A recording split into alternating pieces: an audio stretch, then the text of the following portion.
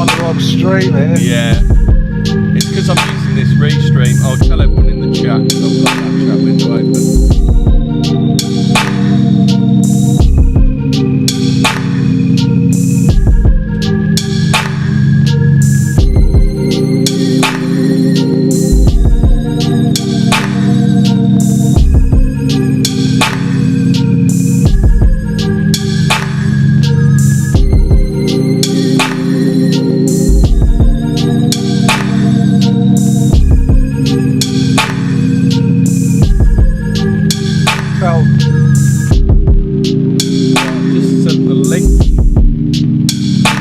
Everyone's in the other chat. Yeah, we got 4 over here already.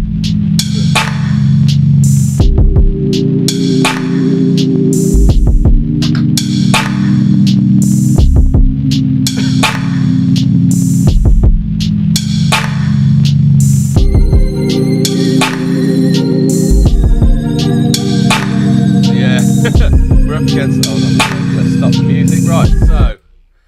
And we're live. We're live both here and we're live in D Live as well. 5 of the lads have filtered over. I've just got to wait for everyone else. So, how was your Christmas then, Zero? Just have a...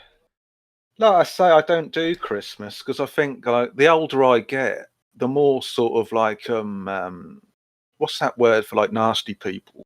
Like sociopathic. No, you mean misanthropic? Is that what you're thinking of? That's the way. Yeah, sort of misanthropic sociopath. But in a polite way, in a nice way. There's a comedian called Andrew Lawrence, and one of his favourite lines is, "I'm not a misanthropic. I'm a people person." Yeah. It's just unpolite. Everyone's over. I'm politely misanthropic. It's just not my cup of tea, I don't like it. I don't like being forced to sort of go somewhere and do stuff, by this sort of weirdo government, like you've got to like be happy on the 25th, otherwise you're a party pooper and you're bad, and it's like, nah. Speaking of people who are miserable on the 25th, did you either catch or hear anything about the BBC adaptation of Scrooge? Did you? No. I didn't read it. I've read the Spiked piece by somebody else who had the misfortune to watch it. And basically, like, Scrooge is like he is because he was nonced at school. It's like the BBC version. Right. He was nonced at school and his favourite pet is mouse. His dad cut its head off while he was in the mood. Oh, that explains it. Yeah. Yeah. Oh, right. You put the link in the other one, so yeah, they should be filtering over it. Yeah, everyone should be over here. Well, we can have a general chat before we get down to it. Yeah. Well, we usually do our warm open, don't we? Anyway. I was just on the sort of general area of like Margaret Thatcher, and I don't know how old were you in the 1980s? Were you sort of 14ish? I was 4 in 1980. Bloody hell. God, I grew up. That was like my growing up time in the 1980s. From like in 1980, I was. The 90s. My 90s was your 80s. God, you missed a weird decade. Like that was bloody weird. The 1980s. What was going on with the fashion? Yeah, and the music and the new romantics. Like that was just totally bizarre. I think in 1980, I must have been.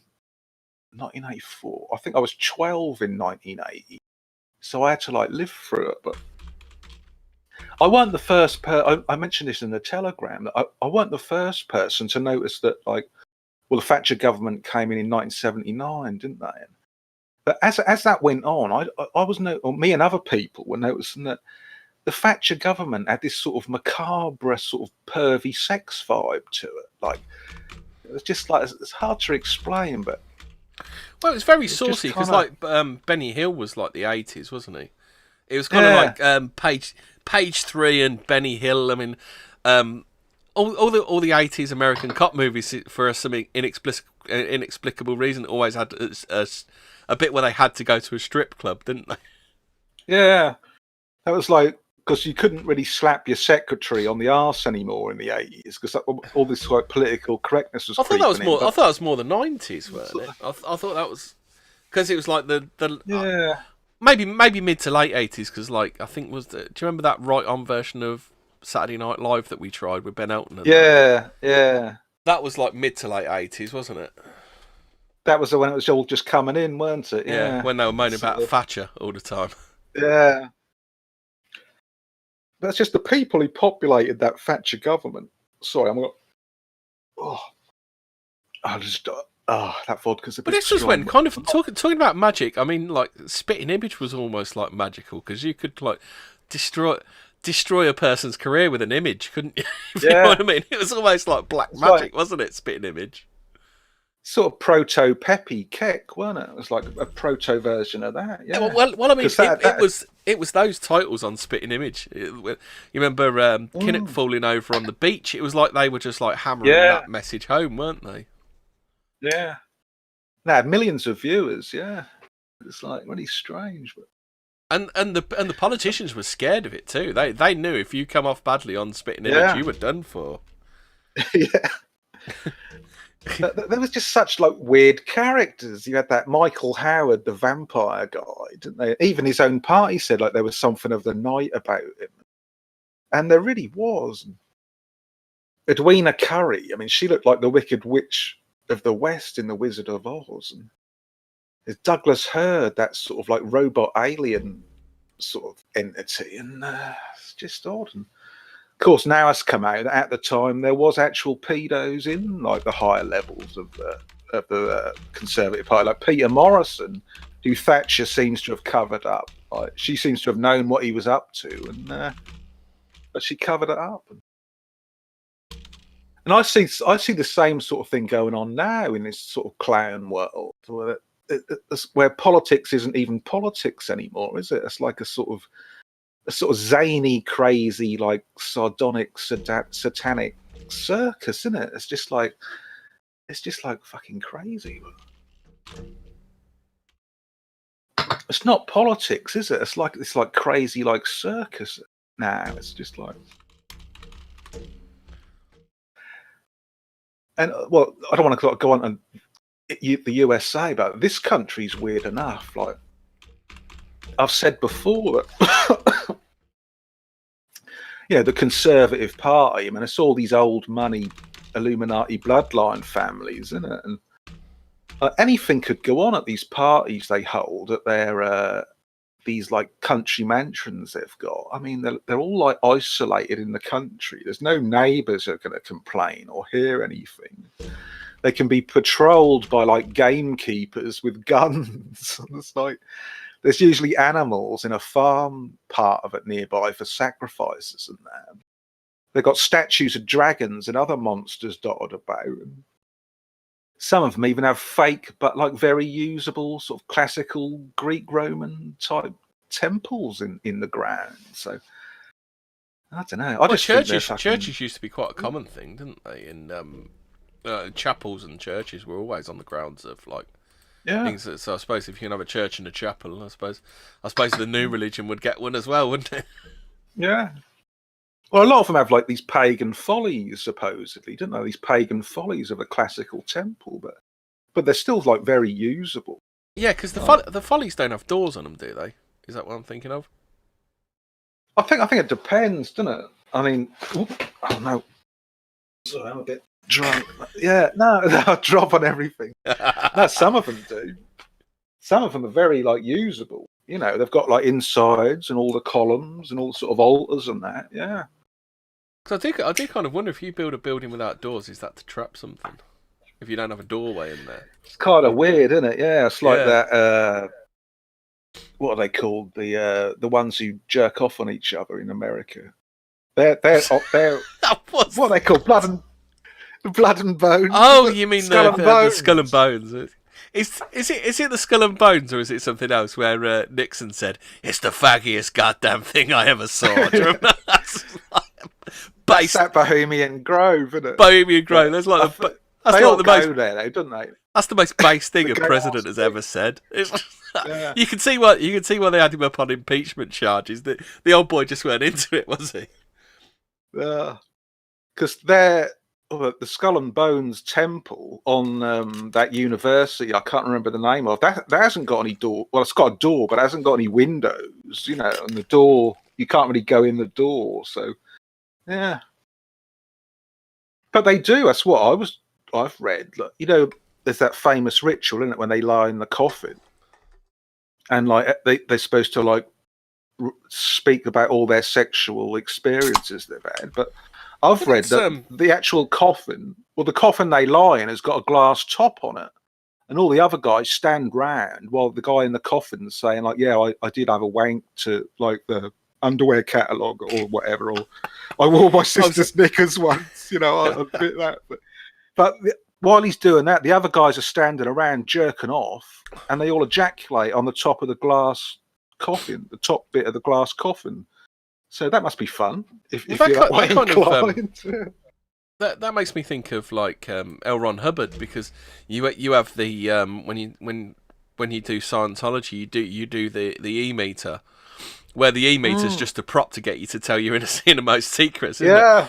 And also L. Ron Hubbard, anybody who knows enough about L. Ron Hubbard knows that he was a black magician. He was quite an accomplished one as well, wasn't he? According to his son, yeah. Or according to himself. Well, he himself, he praised Aleister Crowley, didn't he? He said he was his mate, which he wasn't, but that's what he claimed on one of his tapes, yeah. Well, he did was it the Moon? Because you're going to tell me it's not, but is it the Moonchild? The Babylon work. Was that? Yeah, I always get it wrong. The one him and Jack Parsons brought forth. Yeah. But I was done to create a Moonchild. Is that the one they say is Hillary Clinton? Is that the one they say is Hillary? Because the Moonchild is Barbara Bush, isn't it? Well, the Moonchild was Marjorie Cameron. That was the one who supposedly appeared after the ritual. She had like red hair and like was an artist and was very sort of ethereal. And but yeah, no, I think like Crowley was supposed to have had sex with one of the Bushes, and Barbara Bush was the baby, according to them. And they do look sort of similar, but people do look similar, don't they? I mean, I went to school with someone. It was the exact image of the lead singer out of the Who, Roger Daltrey. Yeah, it was the exact image of him. That was really strange. I used to get stoned with him. It used to do my head in. So I get really stoned. And look at him, and I think that's Roger Daltrey. Were they touring the area when he was conceived? Did you ever ask that question? It's just like strange. But you know, he could have made a living he was a bit too young to do it, I suppose, at the time. But mate, it wasn't really a thing back then, though, was it? I mean, that's only like a recent thing, isn't it? The being famous by pretending to be somebody famous thing. Yeah. Sort of desperate. It's a desperate area of show business, isn't it? Like, yeah. It's for the real journeyman, isn't it? Yeah, God. It's like, but bands do it as well, don't they? A lot of bands I hear today, you can hear that they're just copying the Velvet Underground and a bit of the Doors and a bit of that. They're just like copyist bands. Oasis were pretty shameless as well. Oh God, yeah. Oh, this will start a war, won't it, if we slag off Oasis? I love Oasis, but you have to admit that they were pretty shameless in one. You know, yeah. For me, they're kind of like the.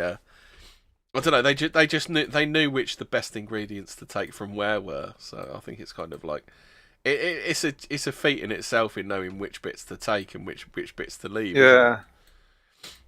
Well, they're tapping into a very powerful thing, the Beatles mythology, or whatever it is, the Beatles matrix. You tap into that, yeah.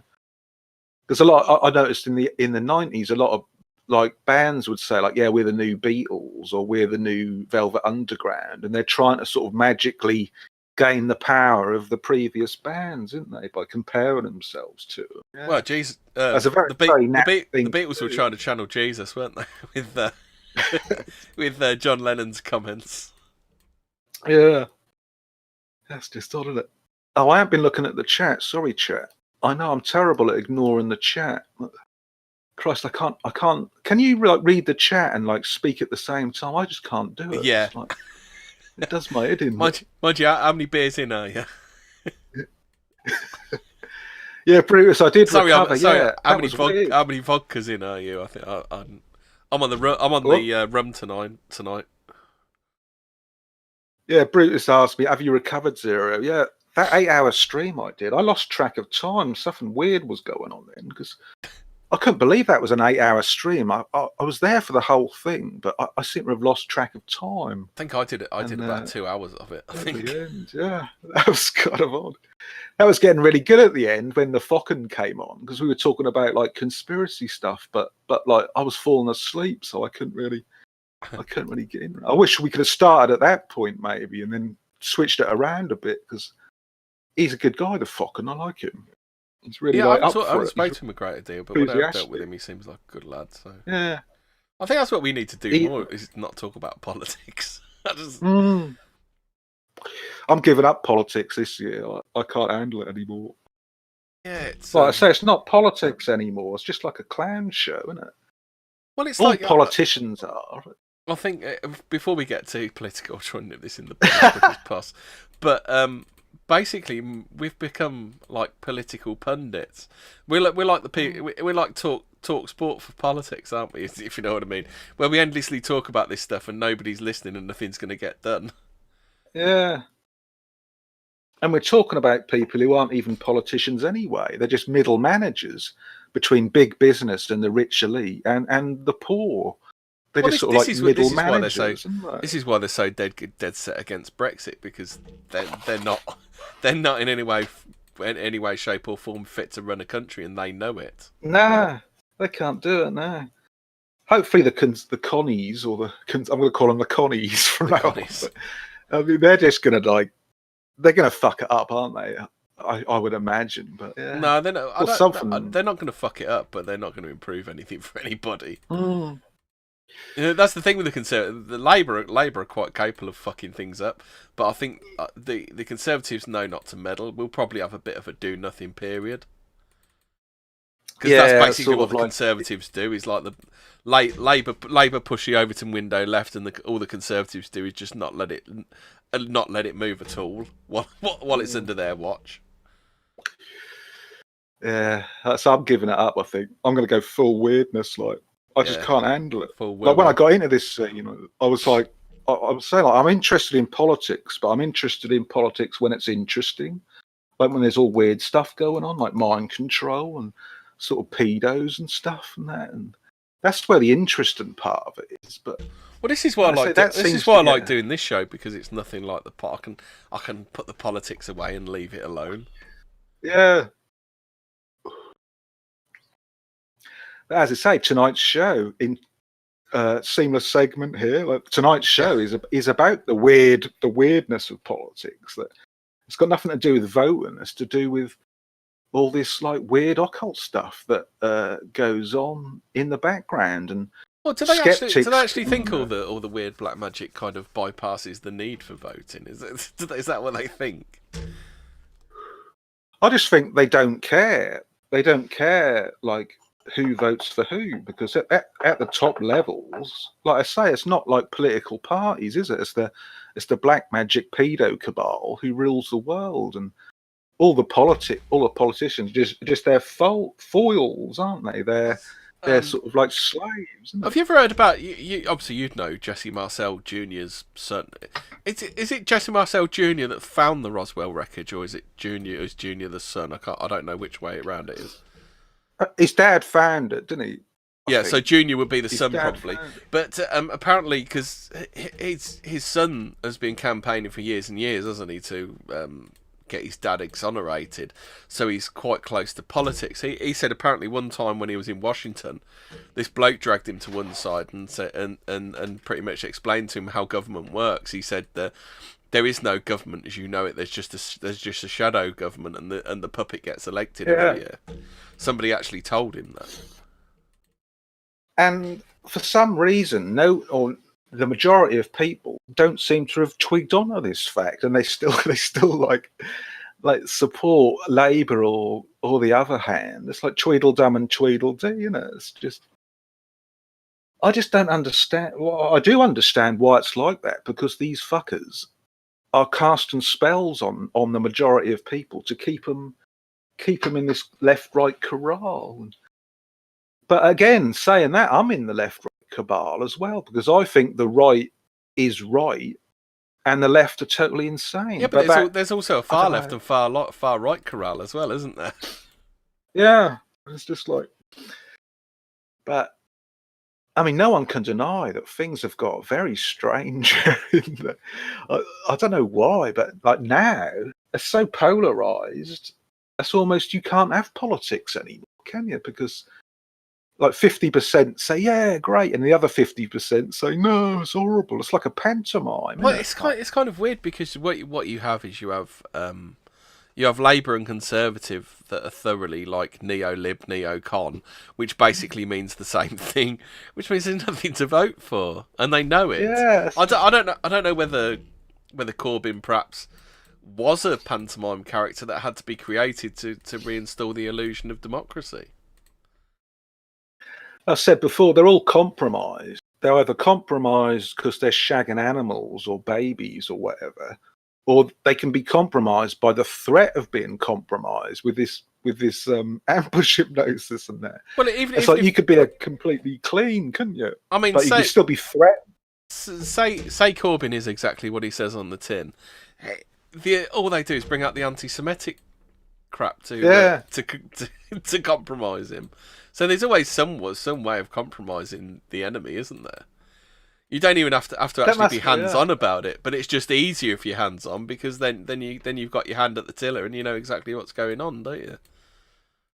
That must be really frustrating for like Corbyn, especially because I don't think he is like anti-Semitic, as in a sort of neo-Nazi type anti-Semitic, but like I say, it doesn't matter, does it? Because he is, because the media says he is. Yeah. So he is, isn't he? It's just like, and he's sitting there. He probably has to go. He has to go to sleep at night like everyone else, and he's probably thinking, "Oh bloody hell!" They've got him, haven't they? Yeah. They've like got him sort of banged to rights. They just smear you in the right way. Don't they? It's just like it doesn't even matter if you like. There we go. Prime example. I mean, I don't know whether he's on the level at all, or I don't think you'd be an MP that long and be on the level, but he's certainly not doing anything for his own constituents. Maybe that's why they turn a blind eye on him. But the second he got anywhere near power, it's like, oh no, we're going to stop this, and that was it, weren't it? And the more he says, like, no, I'm not an anti-Semite.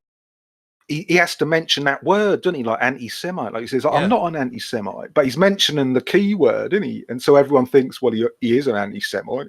Yeah. Because that's already been like programmed in previously. Well, racist is the same. It's that is it actually neuro-linguistic programming? Where the phrase is uttered and that's it. It's the end of the conversation, isn't it? Yeah. I mean, I don't know whether you go on Twitter a lot, but once they call you a racist, that's it. Their brain's shut down. Yeah. You won't get any further with them because they've called you a racist, and the neuro-linguistic program has then kicked in, which means the conversation's over as far as they're concerned. No, that is NLP, because the subconscious mind that can't distinguish between positive and negative commands. So if you say like I'm an anti-Semite, like the mind thinks or the subconscious says I'm an anti-Semite, but if you say I'm not an anti-Semite, the subconscious still thinks that you are an anti-Semite because it's got no concept of like positive or negative. That just hears like anti-Semite, and then that's what you are. So then it's time for the best thing conversation, isn't it? That's the way it works, doesn't it? You can't do like these like positive. That's why they call it positive affirmations, because you can't do a negative. You can't say like I don't smoke, because the subconscious just thinks, well, you do smoke. So you got to make it positive, like saying like, I don't know, saying like, I will never smoke again or something, or, you can't give it a negative thing. But that's what they work on with this Corbyn stuff. You can't escape once they've got you in the sort of matrix of the programming. Yeah, that's it. The programming just engages, and then that's that, isn't it? And then you get all these crazy people like supporting it, like doing demonstrations and that. And poor old Magic Grandpa's like, he must be like fuming. Did you see that clip on Twitter when he like? And when he resurfaced, ago, he came out of his house, didn't he? And he's really pissed off, and he slammed the door of the car. Yeah, you can see how it gets to him. Yeah. So. But anyway. Yeah.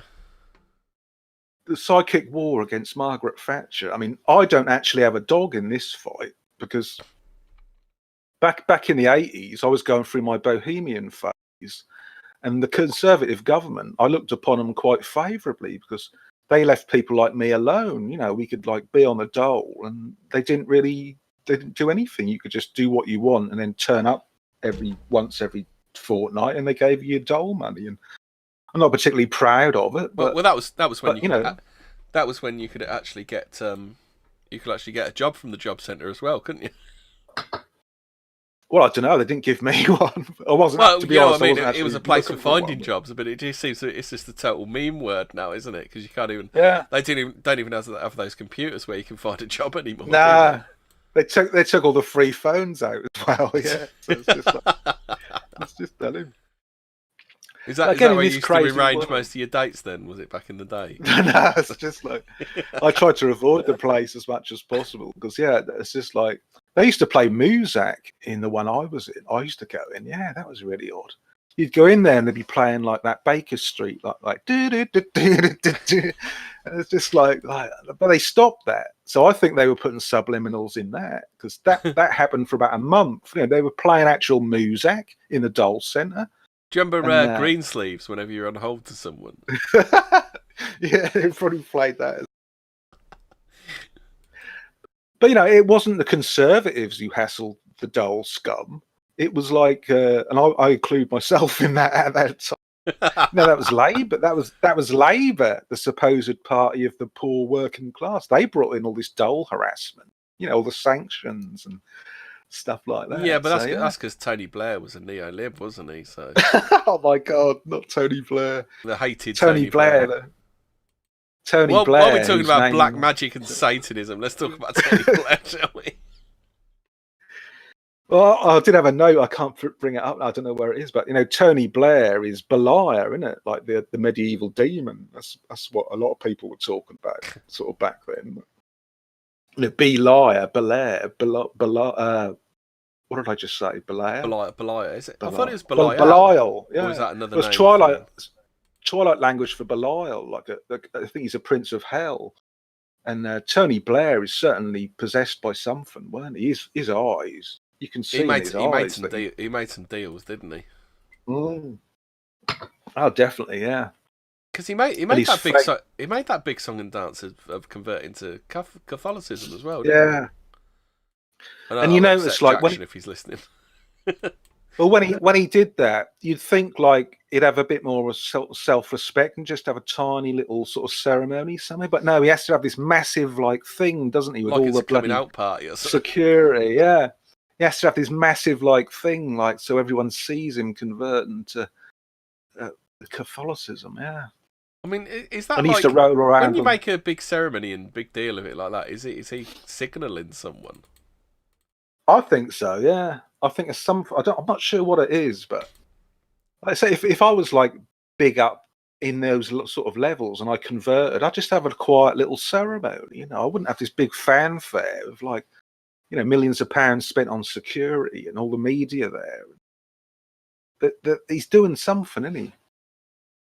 Because he used to roll around Blair as well. Didn't you have some sort of theory about the that the diamond heist at the Millennium Dome wasn't a diamond heist? Or is that yeah, I don't think that was me. Was it? I thought it was you. That sounds interesting. I'm sure I've read or seen that somewhere. I thought I heard it from you, but yeah, apparently. Well, it was his project, weren't it? That was his pet project, wasn't it? Yeah. But someone said the diamond heist wasn't a diamond heist; it was something else. But I can't remember what it was. Oh, that's interesting. Yeah. Because he definitely used to Tony Blair used to roll around on the floor, communicating with like the spirit of light, something from his like weird new age counsellor who he's really friends with. I always think like when they talk about that's sort of Lucifer, isn't it? Like Lucifer, the light bringer. Oh, the son of the morning. Is it son of the morning? Is it? Lucifer's land for light bringer, isn't it? The bringer of the light. No. And that gets into all like Freemasonry and that, doesn't it? What's his name? Albert Pike. I mean, he actually literally says it in his Morals and Dogma that like the king of Freemasons, or Whenever the you lord say of Albert Pike, Freemasonry. whenever you say Albert Pike, I think of that serial killer. Who's the Pike that's a serial Oh killer? yeah, That used to stick pins and needles in his fucking scrotum and anus. Albert Fish. Albert Fish, Albert that's Fish, it. isn't Yeah, it? that's what I think Yeah. of when I think of Albert. Hello, Jeez. I'm Mr. Fish. I'm Mr. Fish. Would you like some Oh. needles in your scrotum? Did you know, what's the other... They found that, is it like a... It was like some sort of, like, arse-whacking paddle with nails in it, and they found, like, gore in it from, like, his own arse. God, yeah. That boy had some demons, didn't he? Yeah. He looks a bit like Jeremy Corbyn, actually. Albert Fish. That finger paddle. Oh, let's see if I... Keep talking, I'll see if I can find a picture of Albert Fish, and then I'll put it up for the chat. I was going to say something about Tony Blair. Yeah, he's rolling around on the floor communicating with Luke. Yeah, because you were talking about that, and then you mentioned Albert Pike, and that's where I dragged you off course. Well, Albert Pike specifically mentions in his Morals and Dogma, like his famous Freemasonic grimoire, I suppose that's what it is. He says, like, the Lord of Freemasonry is Lucifer. But I don't really have a problem with that, really, because I think Lucifer's pretty cool. I mean, like, shock horror, but I don't think Lucifer's Satan. I think Lucifer's not like some sort of biblical bogeyman. I think he is like the spirit of light, as in the sort of spirit of enlightenment. I don't think that's necessarily evil, sort of thing. I mean, we all want to be enlightened, don't we? We don't want to be like plebs, do we? Or I don't, anyway. Yeah, I've never actually contacted Lucifer, but yeah, I don't associate. I think that's just a name, I don't associate it with like biblical stuff. It's just a name. He's probably called, like, is it Prometheus? Or no, not Prometheus. The other god. He was the bringer of light. That's something to do with fire, wasn't it? Yeah, he was trying to steal the fire from heaven, weren't he? But there's another Greek god who's similar to Jesus, sort of like he was like the light bringer as well, the archer. But I can't remember. That was his Apollo, name, wasn't it? The archer. Apollo, that's it. Yeah, Apollo, nice one. Yeah, because there's all Nietzschean stuff in it, like the Apollyon sort of Ubermensch seeking after the light and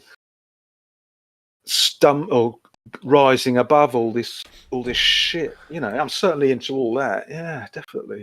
Speaking of Ubermensch, I've put some pictures of Albert Fish up. Yeah. Oh, I suppose in my mind he looked a bit like Jeremy Corbyn. I suppose he does a bit, but yeah, pretty odd. He's got plenty of tomatoes thrown at him in Dublin when he was flocking his book. What Tony? Must be Tony Blair. Was that Danny DeVito when he was the Penguin in Batman? It's like, why does someone always bring rotten fruit to these things? I'd have loved to have seen that. I wonder if there's any video. Is there any video of him being pelted with tomatoes? Oh, we can't get too diversified or diverted. Yeah. I got a zillion notes on bloody Margaret Thatcher, but if I can pull it back to that, but because I'm skeptic. Do you know if Margaret Thatcher had like an advisor then? Did she have some sort of advisor? Did she? Or I'm not sure, because she was like very into secrecy, wasn't she? She was very like there's very little you know about what was going on with her government, don't you? She had that weird husband, didn't she? Who always sort of kept in the shadows, didn't he? He was some sort of money man, weren't he? I always felt that that's the image. It's like Theresa May was trying to channel Margaret Thatcher. She had like the cucked husband and everything, didn't she? Yeah. But she just wasn't it, was she? She faked it, but she couldn't make it. I think, I mean, Thatcher came from sort of a sterner breed, didn't she? Like the 1950s, sort of stiff upper lip, sort of. That was a different breed, wasn't it, to what old what's-her-name came from? And she came from all this liberal, like, conservative, who aren't conservative mind, weren't she? Like, yeah. We're conservatives, but they're actually just like neoliberals, isn't they? Just neo whatever they are. I think kind of Tony Blair was like the watershed in that, wasn't she? Because I don't think Maggie, for her problems, she didn't seem to be. I don't think she was a neocon, was she? she was just like She was odd, like wasn't she was she? like a misguided like uber libertarian, wasn't she? She was like ANCAP, wasn't she? Yeah. But she was sort of very right, very right wing though.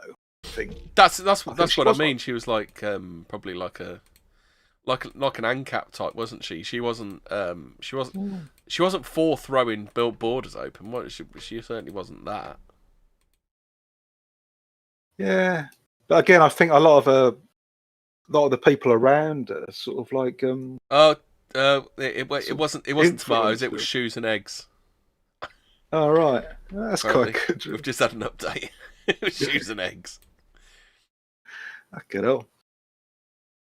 Because all this stuff that just carries on, like all this occult stuff. Like I'm convinced. I mean, skeptics can poo-poo it, but I think we mentioned before. I'm convinced, like Francis Drake used some sort of magic and well, as to ward off the Spanish. As I always say, it doesn't matter whether me and you believe it; they do, and that's what gets results, isn't it? If you know what I mean. They're kind of like I suppose in their own way. They're like you've heard of Colonel is it Colonel Bucknaked or Sergeant Bucknaked, whatever his name, the African Liberian soldier. The one who used to run into battle with just a pair of boots on and an AK-47 because he'd done the rituals. The magic bullet deflector ritual. Yeah. It doesn't matter whether you believe it; he believes it, and by proxy, his enemies do because he ran out into battle buck naked. Yeah. So it doesn't. I think whether this stuff is real, whether it's real or not, or whether people believe it or not, it's immaterial because the results show for themselves, don't they? I compare that sort of stuff with the loony on the bus like theory. It's like if I was the loony on the bus, like you're sort of in control of the bus, aren't you? If you're on a full up bus and you start ranting and raving about aliens and that, it's like you control the bus, don't you? Because you're madder than everyone else, and you're like, and like everyone else is going, no, everyone else is cringing in the seats, and like, but you've got total control of like the minds of everyone on the bus. It's that sort of thing, isn't it? Yeah. Because I looked closer into this Francis Drake. He supposedly was using this ancient alien artifact, this like bowling ball, which looked. It was the size of a bowling ball, but it was actually an alien device where you could see the future and that. And that actually took place at a headland point called Western Kings Point, but the actual local name for it is the Devil's Point. So, cue the creepy music. I mean, and that things aren't called the Devil's Point for nothing, are they? When places in England are called like Devils something, Devils this or that. That's because it's a weird place, isn't it? So it's not only weird; it's either weird or dangerous, isn't it? Or just or in my sort of like not twisted mind, but I just think like if someone calls something like the Devil's Mountain and that means it's not a normal mountain, is it? It's just like crazy. I suppose for those of us with our feet slightly more on the ground, I just kind of assume that there's a good chance you're going to die if you go up it. Yeah. Whether those are practical considerations or supernatural ones, I just assume that it's called Devil's Point because either a lot of people it's either like you say it's scary as fuck or weird as fuck. Either that or people are going to go up it and they're going to go up it or across it and die, aren't they? They're the two reasons you call something Devil's Point, aren't they? Because there's the Devil's Rectangle as well. I thought you were going to say Devil's Rectum then. I thought we were go with this one. It's just like the Devil's Rectum Rebellion. I was going to say the Devil's Rebellion. There's a rectangle. You can draw it from like Stonehenge up to that place in up north where the Temple of Psychic Youth used to hold their rituals. Mm. And if you go left, there's a place in Wales that I can't remember, and there's the one underneath that is this another weird sort of headland point where like loads of ships have been wrecked for sort of like seemingly no sort of reason. But I think back in the 1800s, there was something like 6 ships were wrecked in a single year, and so that's called the Devil's Point or something. So yeah. Yeah. See, that's what I mean. Whatever it is, it's either supernatural or dangerous, isn't it? It's probably a mixture of the two, I should yeah, think. you get to meet the devil one way or the other day. Yeah, Whether he's actually maybe there, sort of whether he's actually there, or you meet him after you've yeah. tried doing whatever. Or maybe evil spirits are causing the ships to be sort But of there's sunk, also you kind or of you have to wrecked. sort the wheat with the chaff, don't you? Because there's also the because the smugglers used to name stuff or Mm. set up ghost stories and stuff like that just to keep people away so they could carry on smuggling, Yeah. didn't they? Well, they'd dress up as ghosts, didn't they? And sort of like have like little lights shining and stuff like that, just to keep people away. Yeah. So yeah, Well, I've said this before, who but knows? there was a really good good bit on slavery in the Fortean times, and they said what used to happen at night was the slaves, far from being like locked in sheds and kept like that, because the slaves were superstitious. The slave masters kept them in rather than by force, by making stories about ghosts and things in the woods, so they wouldn't Yeah. try and run away. So I suppose that may be like part of the how the KKK got their uniforms, like a superstition thing. Yeah. Quite possibly. Yeah. I mean, superstition is a very powerful thing. Well, obviously, yeah. I mean, every time I walk past this graveyard near mine, like I get like totally freaked out. You know, there's no reason to, but that's just this superstitious part of me just says like, no, oh my god, you know. It's Well, just, yeah. you've also got the ravens at the Tower of London. I mean, most Mm, people would scoff at it and laugh, but the fact is that what's the point in risking it? Just keep ravens there. yeah, I think there's quite a few stories like that where like someone said, "Oh, we're not going to bother doing this like stupid old thing anymore," and they get rid of whatever is protecting them, and then Apparently that everything happened goes to with shit. Merlin's tree, and I think it's Carmarthen. They cut it down, and then there were some problems because the thing is like there's some sort of, because apparently the tree is Merlin's staff. There used to be a tree in the middle Mm, of Carmarthen, but they cut it down and then then planted another one. But the fact is they still cut it down. But apparently something was supposed to befall Wales if you cut that tree down. mm. As I say, when someone cut down the Glastonbury thorn a few years, I think that was some sort of like anti-pagan sorcery. Like someone just hacked it off with a chainsaw, didn't they? And Oh, did they? I think, yeah, something odd. I mean, someone did that deliberately. I don't think that was Oh, look for. at it. They did that, and then their festival got infested with shit libs, didn't it? So. Yeah. Well, I mean, it's just like. Well, it has totally. Glastonbury Festival is a total mind control psyop, isn't it? From what it Yeah. originally was, like a totally free festival of all like underground hippies. I think it was like the Haight Ashbury Completely. stuff, where they used to test drugs there and things like that. I think so. Yeah. I think the whole rave culture was part of it as well. Like they like satanically reversed Glastonbury Festival to become all materialistic and horrible. And then they thought, oh, this seems to work. This does. People love it. People will pay like 200 quid to watch crappy bands for like a weekend. So let's bring in rave, and let's get them even more bloody materialistic.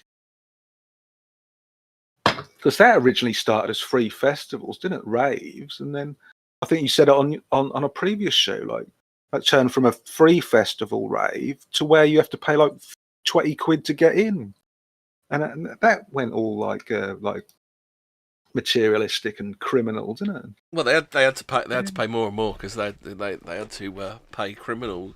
They had to pay criminals to look after it, because it's not like you can hire someone with an SIA license when you're doing an illegal rave, is it?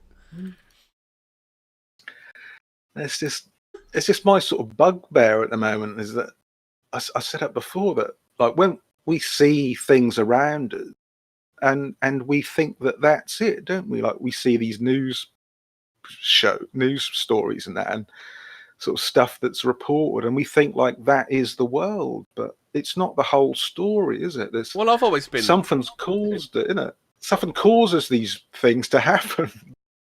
Yeah, it's like I've been for this for quite a while with the BBC. I don't actually listen to what the BBC actually says, but I listen to what they don't say and the way they use language. Yeah, because they're very manipulative with the way they use language to control things, to control the message coming out.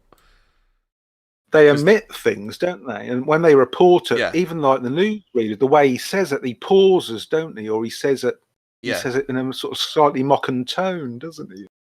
Yeah, it's like whenever they talk about the paranormal, you'll get the X-Files music and the wait, and everybody has a bit of a smug chuckle, don't they? It's and that's the standard way you approach like paranormal stories. Yeah. It's all right. That's it, lads. Two blokes on a plank have admitted they're doing all of the crop circles in the whole of the country. So that's it, mystery solved, don't they? And do you remember that when those things two blokes? Do you remember when those two blokes came out with that? Doug and Dave. Yeah. Doug and Dave. It's just like, well, they're obviously paid by the government to do that, isn't they? It's just like, I don't know. They could have come up with it by themselves. I mean, it's a good get rich quick scheme, isn't it? To admit you're the person behind it. That's encouraged, though, isn't it, by the status quo for people to do that, isn't it? And I think that's part of the control system, isn't it? Yeah. It's that's the thing. I mean, the MI5 don't want to be micromanaging everything. I should imagine they're quite hands off. Normally, they'll just push people in a direction they want them to go in, won't they? Yeah. Well, we control ourselves. It's certainly what happens in the right wing, doesn't it? Because there's that. Have you ever heard that interview with Tommy Robinson where he says that MI5 approached him and asked him if he wanted to run the right in this country? I've heard of it. Yeah. Because Nick Griffin had a similar thing, didn't he? He was approached by some sort of weird group and saying like, well, go on, but Nick Griffin had the same thing. But they don't want to. That's it. They don't want to install their own people, do they? Why not just have a puppet that you just steer every now and again? Yeah. You let them do what they want, don't you? And then you just go, no, this message is this instead of this, don't you? Yeah, it's just odd, but the thing is, like, what is behind all this? What's behind the National Front? Well, what's behind the National Front and the crazy lefties? Because I think the crazy lefties are more susceptible to this like weird influence, aren't they? They seem the lefties seem more emotional, aren't they? The lefties seem more likely to go psychotic, don't they? I mean, you remember all the trouble with the ALF in the 80s. That's the Animal Liberation Front, for anyone who doesn't know. Look into them. They were properly dangerous, weren't they? Mm. I mean that was pretty psychotic. Yeah. But while you've got the ALF running rampant, it's a great time for political assassinations, isn't it? Because I'm sure the ALF would be more than happy to have a capitalist murder on the books, wouldn't they? Yeah, well, they nearly killed people, didn't they? I mean, Christ, they're setting people's cars on fire and stuff. Yeah. Well, why did they always nearly kill people, but never actually kill people? Yeah. Well, that's the thing, isn't it? It keeps it running, doesn't it? It keeps the terror going, doesn't it? Yeah. If they actually did something like that, then they'd have to crack down on them and put them in prison. If they just let them continue, Well, it's like the weird thing. It's like the weird thing with the IRA phoning ahead of bombings and warning people. Yeah, it's a weird way to conduct a campaign, isn't it? And like, why do all these Islamic terrorists? They never seem to do anything really big, do they? They only seem to kill about like 10 people. Well, they kill a few when they do something. They kill a few of the proletariat, don't they? That's what they seem to do, don't they? They never seem to hit anybody like a Lord Chief Justice's son or an MP's son or anything, or an MP's child or relative or wife. They never hit anybody like that, do they? That's because they all come from the same unit where these people go to. They don't want to kill their own kind, do they? Because they all go to these bloody posh universities, don't they? A lot of these terrorists and that. Yeah. There's a thing about I mean, your average person thinks that a ISIS terrorist is a knuckle dragging idiot, but they have all kinds of there's whole papers on it, isn't there, about how they recruit doctors and engineers and all kinds of people that should know better. There's two people who tried to blow up Glasgow Glasgow Airport. They were both doctors, weren't they? And they were set they? themselves on fire and that. Yeah, they were Jeez. both. They rammed the gas. Like I say, that was like suspiciously inept. Like Yeah. you'd think, like if they were both doctors, you'd think they'd be able to suss out a way to cause more damage. But I all don't know. they did was get in a car and ram the gates, didn't they? Have you met your average student? Yeah, They're not exactly equipped for the real world, are they? I just find it odd. I think there's something going on. There's something going on, and I don't care what skeptics say, because I know I'm right. But Yeah. something's going on. I don't know what it is. But at the same time, I find it hard to I find it hard to believe that like MI5 are like micromanaging all of this down to the last detail. There's some like you say there's one piece of the puzzle that's missing, isn't there? Well, I think, or I'm convinced that they're in league with like non-human entities. I'll say it. There we go. I think they're in contact with non-human entities, and I think they always have been. So, like, imagine if you were like not MI5, but like a secret group within MI5, probably Freemasons as well, because there's loads of Freemasons in the intelligence services. And like Freemasons do occult rituals. It's not all sort of like dressing up and going to dinners and doing charity stuff. They do actually do occult rituals in their research. Well, the Rotary Club has always kind of got me suspicious. Yeah. Because these people always use like imagery, don't they?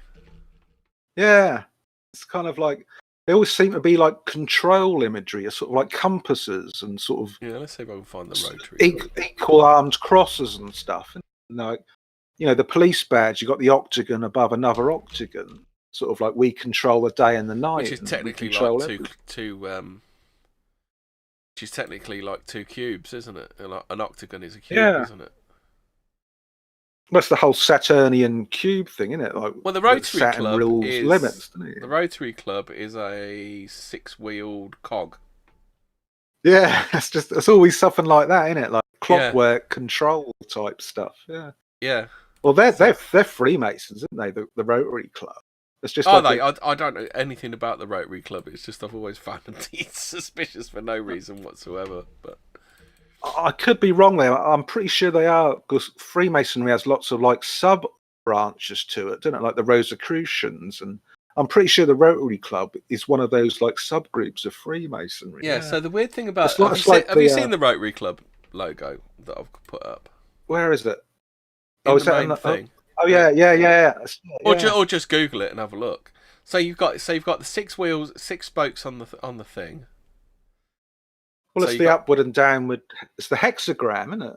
Yeah, and you've also got those triangles inside it, haven't you? So that's what's that? 390s, isn't it? 180 degrees in each one.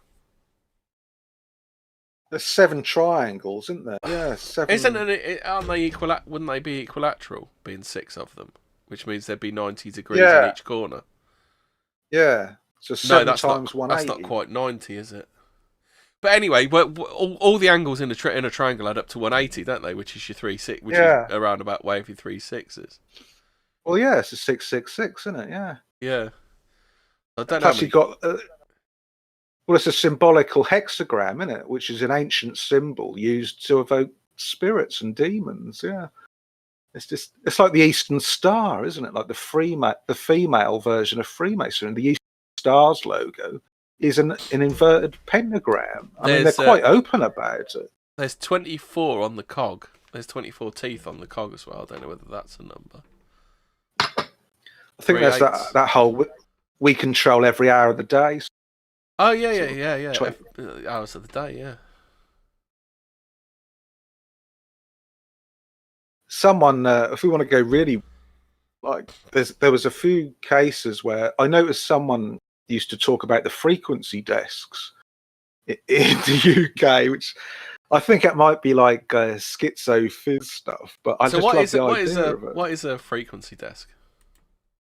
Well, this guy was saying like there's a network of frequency desks like throughout the UK. They're like like desks, actual desks in like offices, like nondescript offices around the UK, where remote viewers sit at, and their job is to sit at these frequency desks and sort of scan the psychic sort of, just like the psychic not ban. necessarily Should we say, sort of like what's going on, like what are the people feeling, what's the mass thought in the country at the moment. Basically a psychic version of like Breaker, is it? Yeah, sort of psychic hacking. They like hack into sort of like the collective unconscious, so they can say like, well, what should we do to sort of influence them? Because if they know what the sort of general not underhand, but under the surface sort of is, that's really handy if you want to manipulate the whole of Britain, isn't it, or the whole of thing. And apparently that was like assisted with some sort of weird technology, some sort of AI technology thing, which I can sort of believe. If it's plugged into the internet, they could maybe program the internet to sort of bring out certain news stories or certain things. It's sort of odd. And he said it was backed up by like outside trading. It's like, and that's a whole nother thing that I find fascinating. Because I always find it weird, like Madeleine McCann disappears, her name gets splashed all over everything.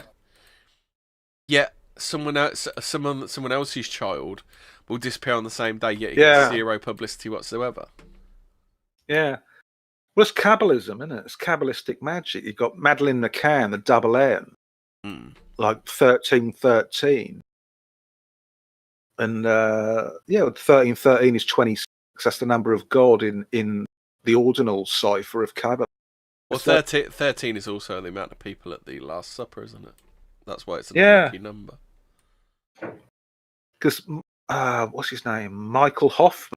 He talks about like the double initial murders in America, where there was a case of 3 children who were abducted and murdered, and they all had like the same initial for their first name and second name.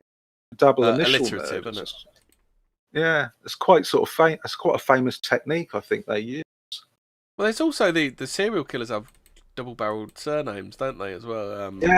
Or 3 names in general. So you got like Henry Lee Lucas. I can't think of that many off the top of my head, but he's the one that springs to mind. Charles Mills Manson. He's a free namer, yeah. Yeah. And a lot of their names like reduces to the number 7. A lot of famous serial killers, if you do the cipher to them, their names reduced to the number 7, which is the number of God again. It's like they're mocking God. What do you think? What do you think to the idea that serial killers aren't real? Because some people say they're not real and they're just like a government invention. Do you think that's possible? Or I think in entirety it is possible that someone would kill more than one person. I don't think that's like impossible to think. I think a lot of the famous ones are mind control, experimental subject or experimental weapons, really. Well, because when they've studied them, they go through phases, don't they? They go through like I think they call it the trolling phase, which is the final phase before they do a murder, which is when they're primed to do a murder, aren't they? Yeah.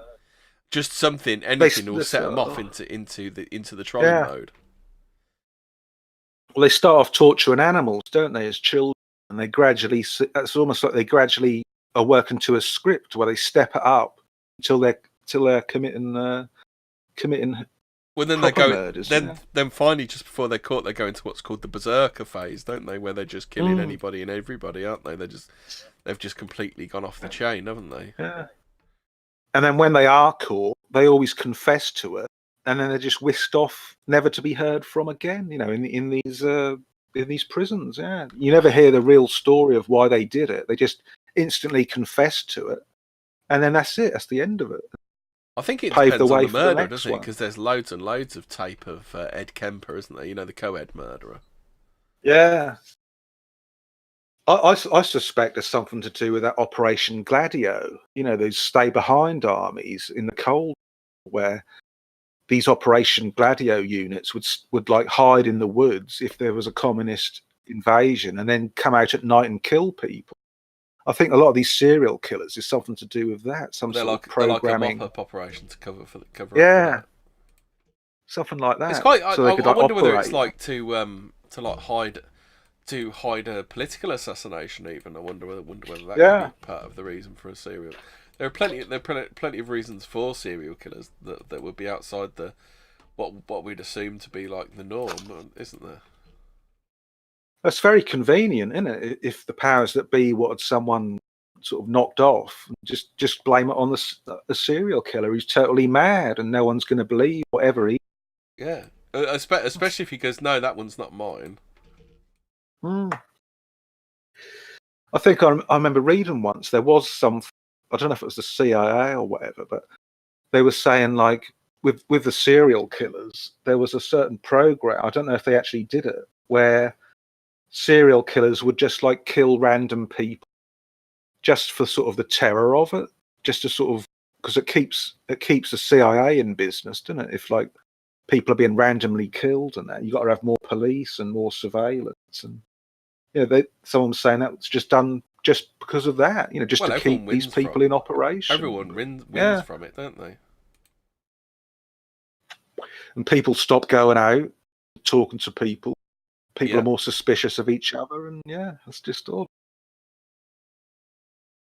Anyway, this guy who was talking about the frequency desks, he said that they're backed up by outside tradding units, like tradding, who, because have you ever noticed about, you see like a van parked up, sort of just a van parked up, which looks suspicious, because I've noticed that.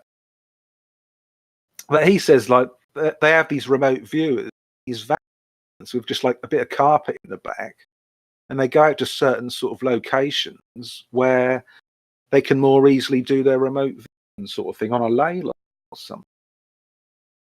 Yeah, this is just, I think something like that probably does go on, because I've bloody noticed like strange cars parked, or not cars, like strange vans parked, where you think like, well, why on earth are you parked there? There's no well, I suppose there's a reason they'd be parked, but it's like nothing around. There's nothing around there.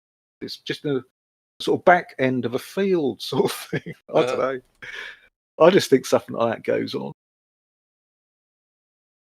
Because I think, like, with all this sort of stuff, I think you can, like, the average person can sort of like control a whole street. Because there's that grimoire called the Picatrix, one of those medieval grimoires, and that gives details of how like a magician can control a whole town or city by magic and by conjuring up demons. What do you mean by control? I think that's, well, just like sort of get people to vote things, or maybe get people to frequent your business if you're a businessman, and that sort of thing.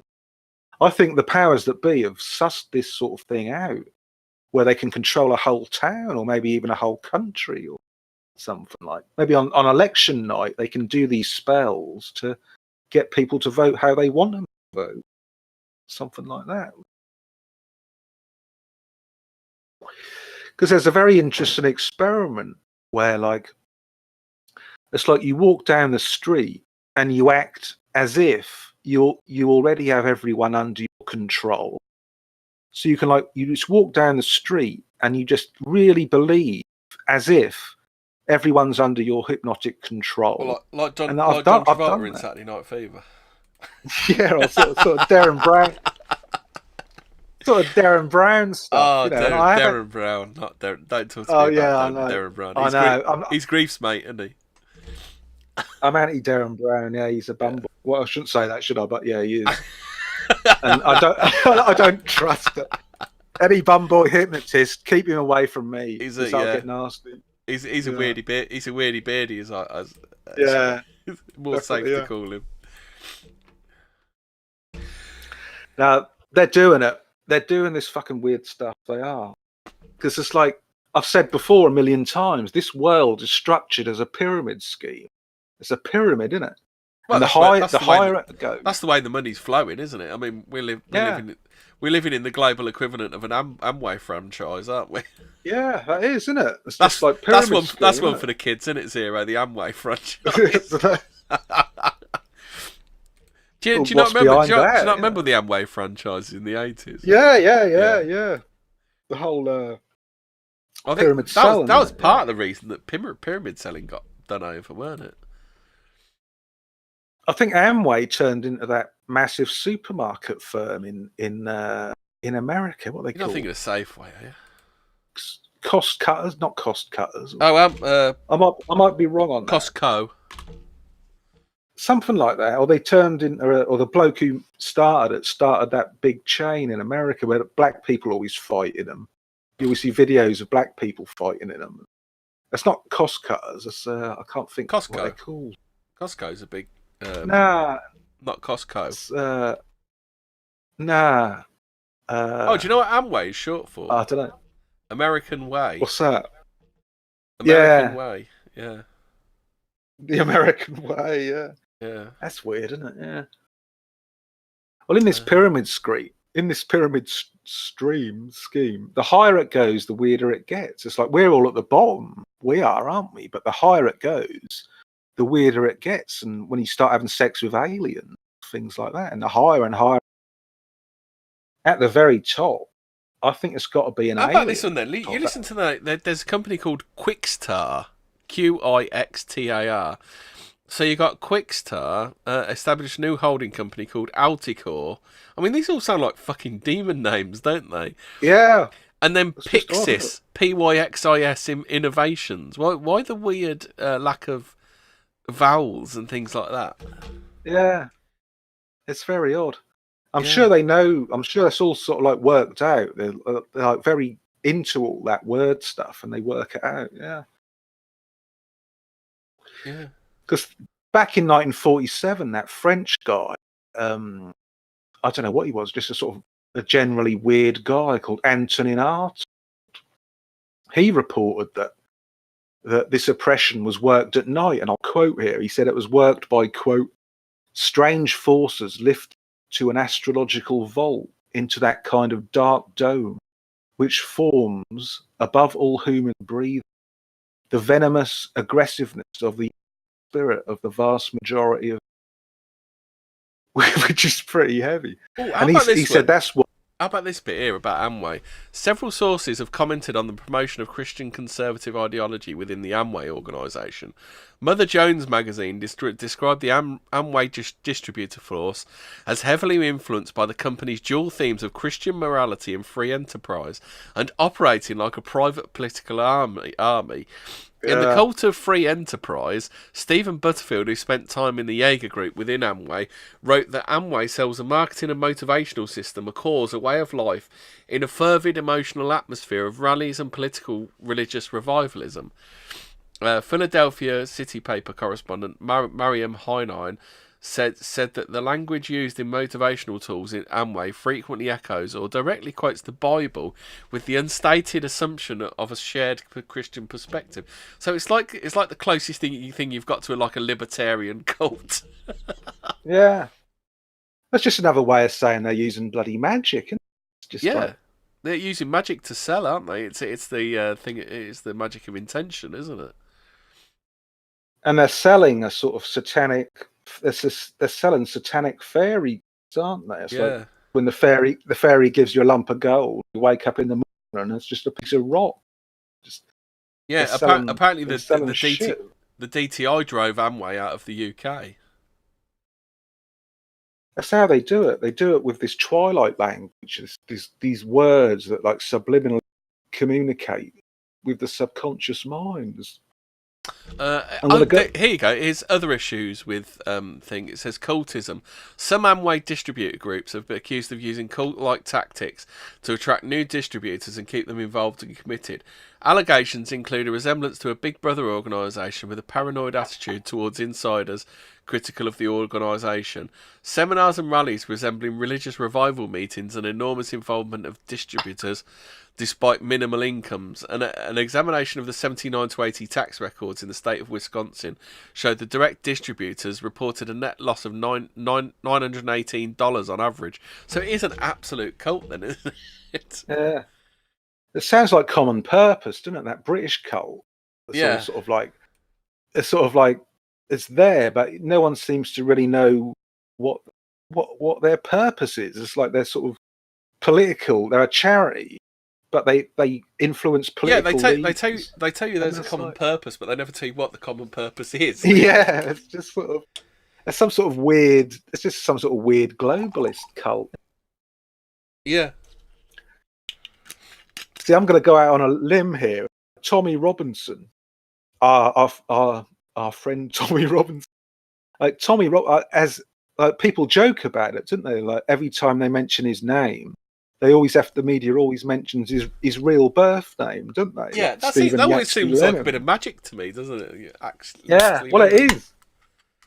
Because like Tommy Robinson, that's a chosen name. So a chosen name is a magical name, and I think that was chosen to project like Tommy. Like Tommy's the good old dependable and brave British soldier, isn't he? Like Tommy, it's the old Tommy, isn't it? And Robinson is an actual witch name from the medieval times, like Robinson. That's an amalgamation of Robin Artisan. Is it? Jack Robinson's a byword for quick, isn't it? Like if you do something quick like Jack Robinson, isn't it, or something like that? Yeah. But yeah, like you say, is it like the opposite of naming a demon? Is it like naming the demon when they named Yaxley Lennon? Well, I think they're doing it to send a message out. Like he's one of our best friends, but he's also part of this political cult that we're all these upper levels. I wondered whether you were saying they were doing it to depower him, because apparently once you name once you name a demon, you control it, don't you? I wondered whether that's that. I thought that was the point you were going for. No, I think they're doing it just to tell the cult that he's one of us, sort of thing. He's like doing it to hoodwink us, to make us all trust him as like this brave British soldier type, proper patriot. But he's actually one of the witch people. Yeah, but the shitlibs don't trust people like that, though, do they? I mean, or are you saying they're speaking to patriots? To the right wing, aren't they? Oh, they're speaking to the right wing, I think. I get that. Because I was going to say, all of that stuff goes against these enemies, doesn't it? Because they love naming Yaxley Lennon, don't they? It's like a hobby of theirs. They think they've told you something you don't know when they mention his real name, don't they? But that's weird in itself, though, isn't it? Because he's Mr. Lennon. And that's like that puts him in the same thing with John Lennon, doesn't it? Like Mr. Socialist, dirty hippie, champagne socialist sort of. I love that. Have you seen that picture of John Lennon and Yoko Ono standing by the side of the bed while the maid does the sheets? Have you seen that? Yeah. That fucking sums people like that up to me. The working class hero, with special temperature controlled room in his hotel for all his fur coats, all their fur coats. Yeah, fucking mental, isn't it? Well, I don't want to to this day, people swallow that shit, don't they? They think he's some sort of hero commie, don't they? Yeah, it's very odd. But again, he kind of memed it into being, didn't he? It's like he named Jesus and then tried to take on the persona of Jesus, didn't he? If you know what it was. That like his coming out thing when he mentioned Jesus in that interview? Was that some way of him trying to make his name forever entwined with Jesus's, if you know what I mean? Well, he was sort of like crucified, really. He was like plucked from the earth by like the evil Roman soldier Mark Chapman with his gun. So he's sort of like some people think Stephen King did it, don't they? Have you heard the Stephen King stuff to do with? Yeah. I quite like. Apparently, didn't he work in the hotel? Or wasn't he on reception or something? There was something like that, or he worked there. Was it a few months before or something? He used to work there, yeah. Because he was shot outside that hotel, wasn't it? What was used in Rosemary's Baby, the satanic film about the birth of the Antichrist. Well, yeah, there's all sorts of strange synchronicities with that. Just odd. Yeah, like you say, you wonder whether it's like, hold on a minute, there are far too many synchronicities. These perhaps aren't synchronicities. I mean, he shot. I forget what's called. Shot out hotel, which was actually used in Roman Polanski's Rosemary's Baby, and then you got the whole Rosemary's Baby satanic Roman Polanski Manson thing that connects to that, doesn't it?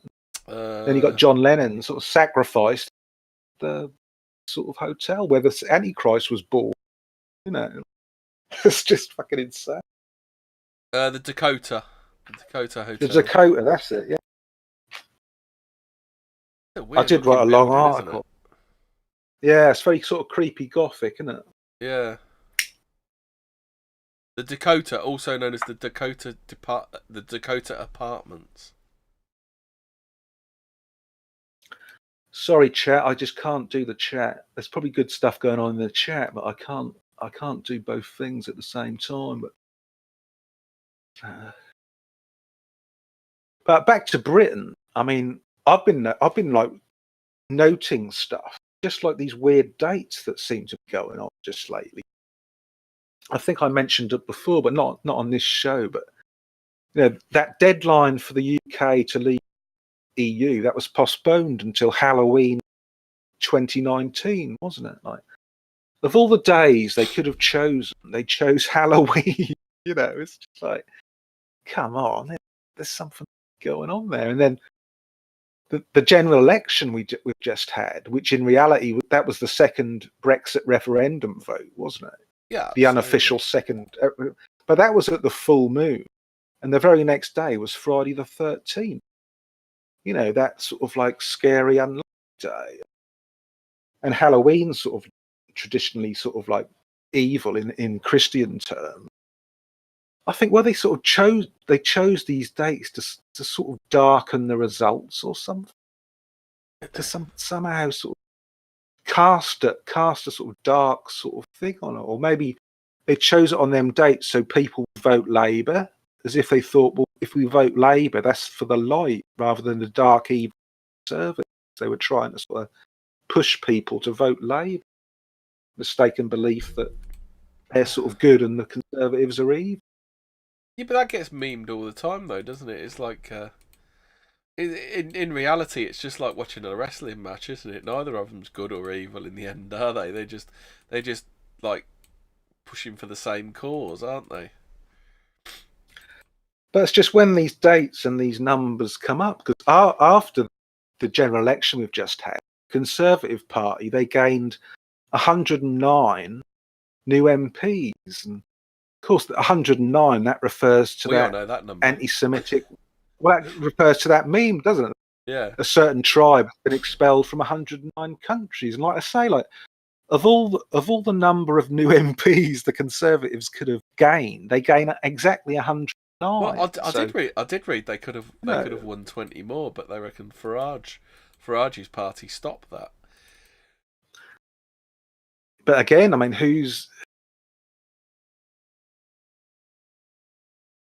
it's just I mean, I don't know. Boggles my mind, because he's obviously paid opposition, isn't he? He's obviously controlled opposition. Who's that, Mr. Farage?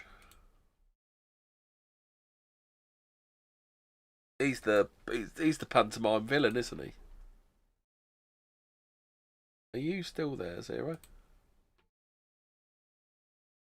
Oh, Zero's gone. I think his internet's pooped out. Right, so Zero's disappeared on the side. I'm sure he'll be back shortly once he realises he's gone. What I was going to add to this was me and Zero discussed this before the show. He thinks this is absolute nonsense. So he says, anyone who's a fan of the X-Files will be aware of a recurring theme about black oil. This is an alien substance and is central to the overall story that is interwoven into the series. Very plausible for a TV show, right? However, there are conspiracies in reality that suggest a very similar material exists. 82. The sinking of Belgrano, already a fair covered in suspicion. The apparently imminent threat to the British citizens of the island was part of the deeper cover-up, and to draw attention from the real reason the British military suddenly descended as it did upon the Falklands Islands.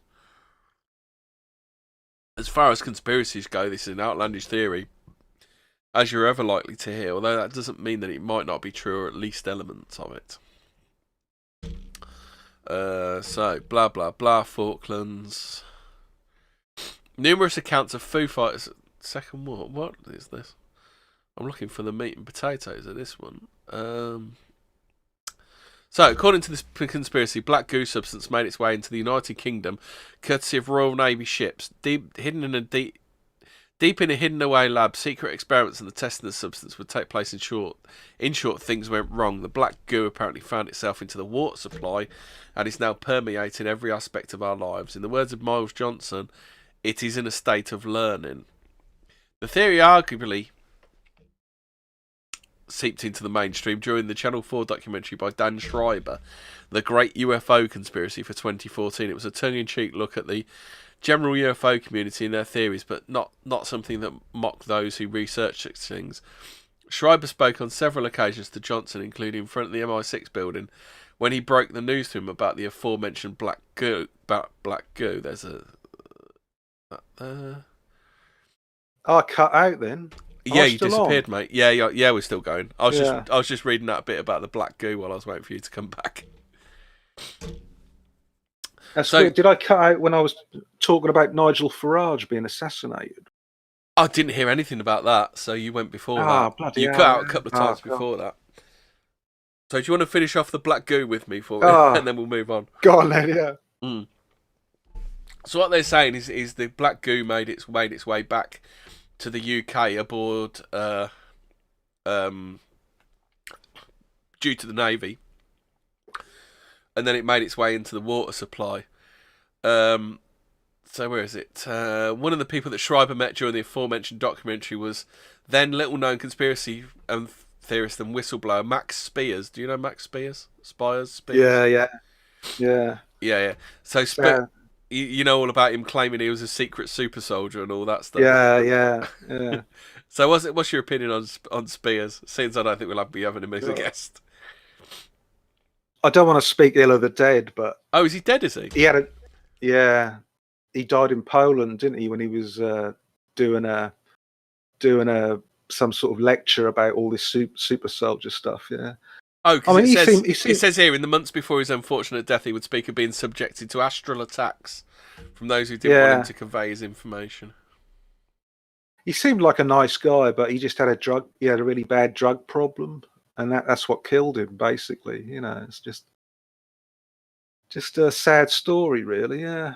So what is? I haven't actually. There's not much meat and potatoes about the black goo. Is it some sort of? Are they saying it's some sort of alien entity or something? Yeah, a sort of a sentient black goo that I suppose that. But that reminds me of the Blob. You know that film, The Blob. The Blob, or have you ever seen that the Creepshow episode, the Raft? No. Where there's like a black oil slick on top of the water, and these people swim out to the raft in the middle. There's like a little pontoon thing, and they get stuck on there because this black goo is eating them when they try and swim for it. Yeah, that's all a bit naff, innit? It's a bit. I don't believe any of it. Well, it's just like, see, I don't want to sort of start casting aspersions, but all that black goo stuff that came up, that was made public on Miles Johnson's Bases program, wasn't it? But I have to say, I think, but again, we don't know about all these people, do they? They seem very sort of like fired up, but they seem to want to spread the truth, but at the same they seem time, to appear quite quickly as well, don't they? They don't seem to have to do the rounds like normal people. They just appear and get the message straight out, don't they? And well, though, to be sort of like objective about it, that Bases program just seems to have a lot of crazy people on it, like literally crazy people who have got no evidence whatsoever. So you could, or I'll say it for myself, I suspect that maybe it's just like they do that to stop like people with genuine experiences talking about it. Well, there's a few things going on there that you've got misinformation and disinformation, haven't you? Yeah. Because and then you also have misinformation agents and also disinformation agents, don't you? Yeah, it's just sort of like this bloody mass media, isn't it? Like, I was reading recently that this supposed good Nazi, General Dietrich von Kollwitz, that's his name, right? General Dietrich von Kollwitz, That's his name. So that immediately sounds like it's funny, doesn't it? And like odd, but biggest dickus, the Roman. Yeah, that's sort of all that.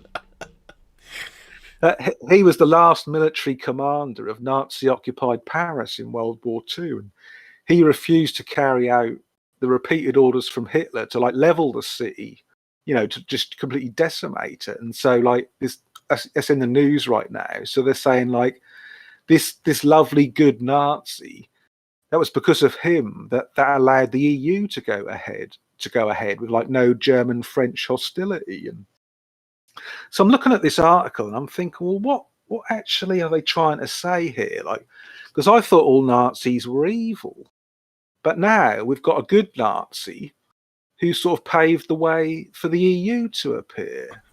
So it's like, what the hell are they trying to say? Or are they sort of like trying to associate good Nazis with the EU? And are they sort of mocking us, saying like, we're the EU and we're all good Nazis? I don't know. It's just I know most of our guys would probably shoot me down for this one, but I do wonder whether like the EU is some sort of secret Nazi project to prolong the maybe the EU is the Fourth Reich. It's like a sleeper version of some sort of doomsday sleeper. Do you know what I mean? Do you get what I'm driving at? The EU's very suspiciously like what I know like people say Nazis is like a slang term, but I don't think it is. I think Nazi is like, you can't just say like National Socialist all the time. You can't say like the German National Socialist Party. I think Nazi has got a magical power of its own now. Maybe it started off as a sort of like a derogatory term, but I think now it's become one of these magical words, isn't it? That can be used by anyone, like the N word that black people use. Forget that. Like Brexit. Brexit is absolutely a magical word. Yeah, isn't it? Yeah. We voted to leave the European Union, but with this magical word, Brexit, you can have a soft Brexit, a hard Brexit. You can leave the European Union without leaving the European Union with Brexit. Brexit is literally a magical word, and I think we should stop using it, because every time we use it, we're giving our enemies power. It's just like odd. It's like they produce fake news, don't they? They've been doing it for years, but now I don't know the actual. I've never dug down into it, but apparently the BBC was created to break a strike, wasn't it? So there was propaganda against the strike that the government needed to be broke. I heard they invented the BBC to stop like a revolution from all the officer class that were returning from the war and seeing how shit Britain was. So I read that they created the BBC and sort of gave all these revolutionary British officers a job, a cushy job in the BBC to shut them up, because revolution was in the air, wasn't it? Yeah. Revolution was certainly in the air after World War II. I mean, well, imagine getting home from Europe, shed your blood, and you find the Windrush people there. Yeah, or you're just living in some shitty slum. Well, you find the Windrush people there, and your neighbours have been given a £10 ticket to go to Australia, and you can't get one. Yeah. I mean, you would be ready for revolution then, wouldn't you? It was, and a lot of them had guns. I mean, a lot of them like took guns home. That was souvenirs as well, war souvenirs as well. Yeah, guns. They probably had all sorts of stuff like hand grenades and stuff. Yeah, yeah, the old German stick bomb. Yeah, it's just like, I don't know, because I mean, like psyops was going throughout World War II, wasn't it? Like the political warfare executive, as they when do you think some of the more wacky stuff started? Then do you think that was World War II, because it was more of I think so. Yeah, it was more of a standoffish war than the World War One was just like trench warfare. They were down and dirty with it, weren't they? So I don't know whether kind of World War II being a bit more standoffish, they were able to kind of practice warcraft a bit more. I know the British did tons of like psychological warfare. I mean, they had all those posters, didn't they, of like Germans bayoneting babies and stuff. And I got a good book on it. I saw the documentary on. There was like a drugs race, not an arms race. There was like a drugs race, wasn't there? Like we were experimenting with like bromide and stuff, Yeah. crystal meth and stuff like that. Whereas the Nazis were experimenting on. They were more into cocaine, wasn't they? That was their base, wasn't it? But where were the Germans getting all this cocaine from? Well, it's like a synthetic cocaine, didn't it? Was it they invented synthetic methadone, cocaine? Was it? and opioids as well. They invented methadone, didn't they? That the junkies use today. That was invented by the Nazis. And they also banned For smoking. like you know who else banned smoking? Don't you? Yeah. I love some of those, don't you? And you know who else banned this? It's just odd, isn't it? The Nazis banned smoking, and so did the EU. I love stuff like that. Yeah. Now the EU, I mean, it does say it's suspiciously like what the Nazis wanted to do, wasn't it? Like an EU worldwide sort of elite, not elite. I mean, I don't know if they're the elite. But I always find it suspicious when no one's ever broke ground on the conspiracy. So no one's ever really seriously broke ground on the conspiracy that the EU is some sort of like the dying days of World War II. The Nazis decided that the EU was going to come out of the ashes of it. You know, no one's ever really come up with that. I mean, given the amount of conspiracy theories out there, no one's ever peddled that one, have they? I mean, I'm sure, wasn't it started by a Nazi royal, or was that the Bilderberg group? No, it's the Bilderberg group. Well, but that's the same sort of thing. I think the EU. I think the EU came from is it the something coal that it started with some sort of coal union, didn't they? Because we didn't join the EU until the later days, did we? Because we were all kind of like we were too good for that sort of thing, weren't we? We always were. Because there was the United Nations, weren't there?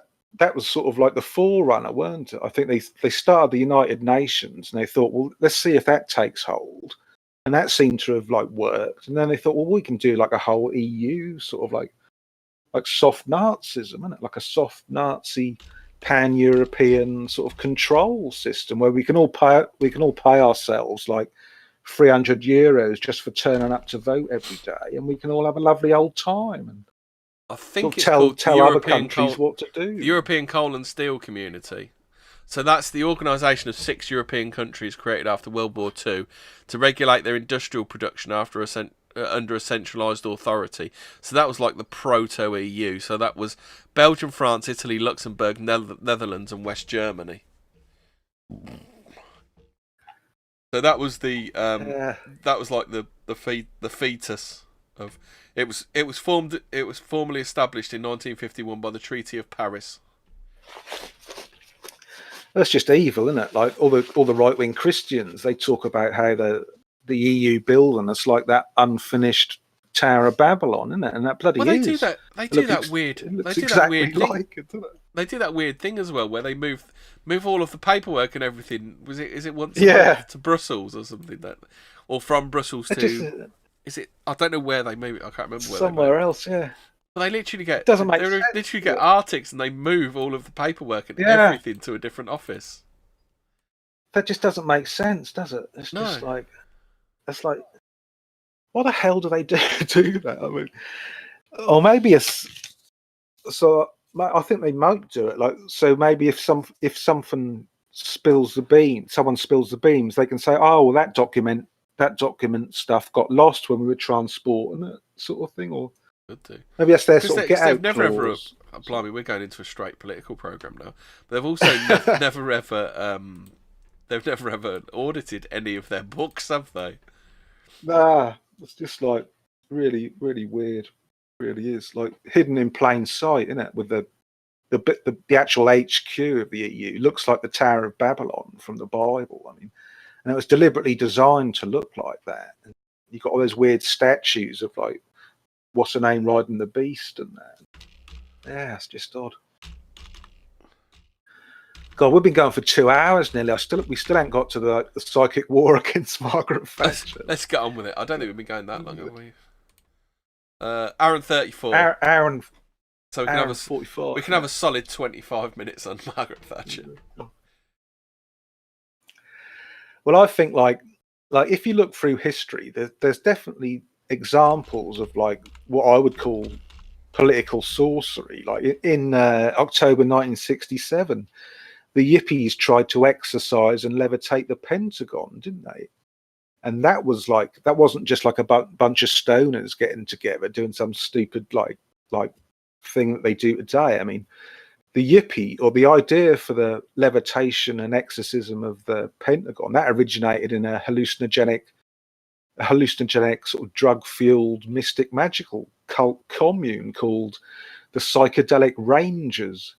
That was led by an American called John Starr Cook. So, I mean, that's a definite example of political sorcery, where like you've got a group of people using sort of magic to sort of mess up the powers that be, and that, I mean, that was quite a sort of I don't know about serious, but you know, they did try and do it.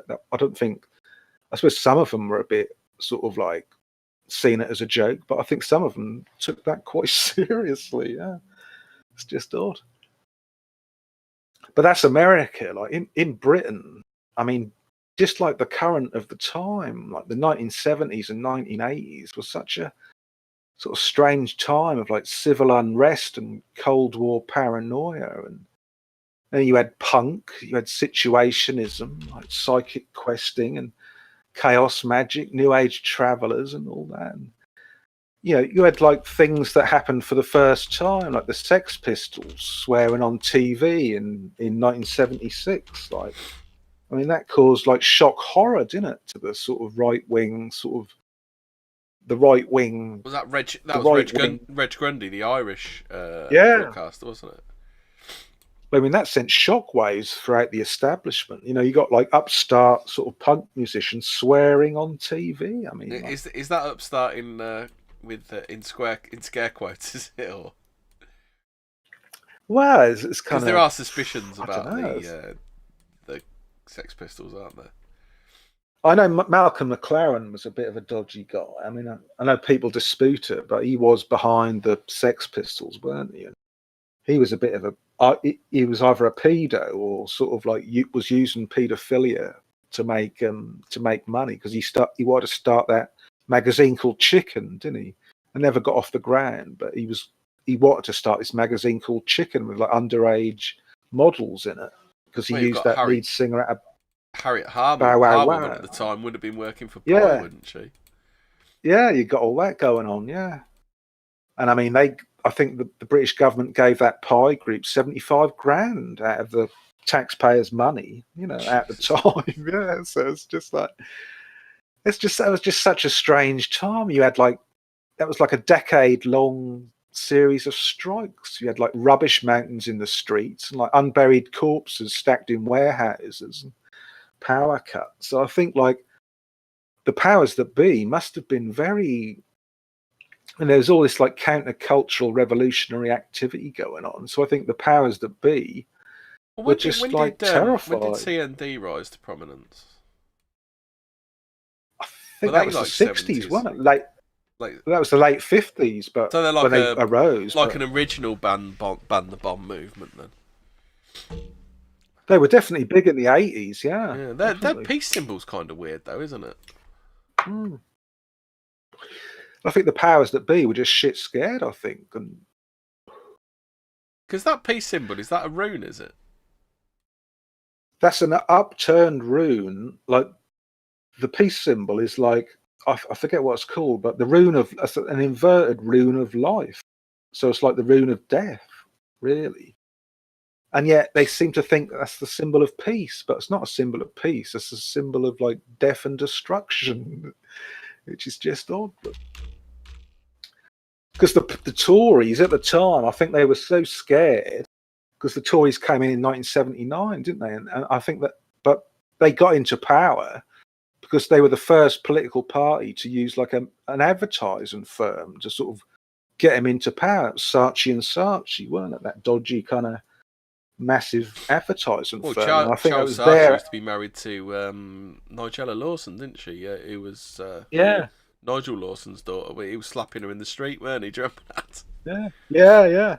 But that was their advertising campaign that got the Conservative Party into power. Oh, were they Labour isn't working? Was that them? Was it? Yeah, all that sort of stuff. Yeah, and I mean advertising. I mean that's magic neuro-linguistic program anyway, isn't it? I mean, it's like fucking sorcery. Well, it's like they don't even represent what they're attempting to sell anymore, do they? No. It's like a car advert. When's the last time you saw a car advert that had like miles per gallon or something like that on it? You know, actual information on stuff that would actually sell you. Information on which you'd buy a car. They just assume people are dumb, and they just market to people's dumbness, don't they? I always wonder who they're sort of like doing these adverts. I don't think I've never seen an advert on TV and thought, oh right, yeah, I'll have to go out and buy that tomorrow. Oh, there is one. I can guarantee there's one. It's do you remember Cathedral City where they're eating the cheese on toast every time? Right. I suppose Mars bars, maybe. They're marinated by Mars. I think food Ovaltine works. Yeah, but that cheese on toast cheese on toast one gets me every time. It's like, oh yeah, just fancy cheese on toast now. Yeah, isn't it? But that's because they advertise the actual product, unlike most advertising campaigns these days. But back then, anyway. But maybe they should. Maybe they should push race mixing through cheese on toast adverts. Maybe they might get more people then. Sort of Ovaltine, like nice products, like lovely, nice, feel-good products. Yeah, that's what you did. Yeah. God, this is a massive subject to get into, but I think we can probably cover it. But it's going to take about 45 minutes, I think. What's it? Margaret Thatcher. Yeah, there was. Or have we just left Margaret Thatcher at the backside? We could do it next week. I don't know. I mean, we could finish it off next week, but carry on. It's up to you. Well, we've only been going 42, so we normally go. I haven't got out again. I think my internet's just crapped out. Oh fuck! Oh no, Hemi's dropped out. No, we're still going through. No, it's alright. I only popped in. Am I still on? Can you hear me? What the hell is going on?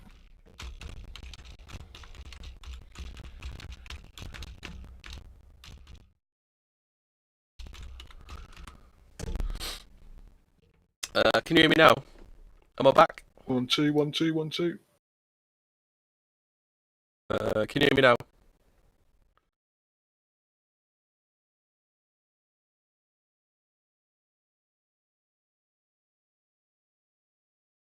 Goes out. This goes out, it'll start a new fucking stream.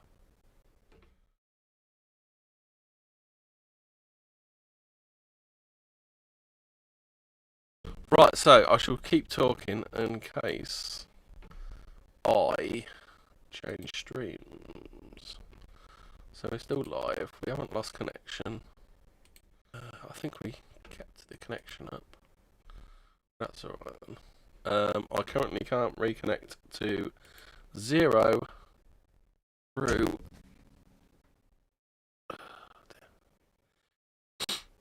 I shall just play some music until 0 can hear me.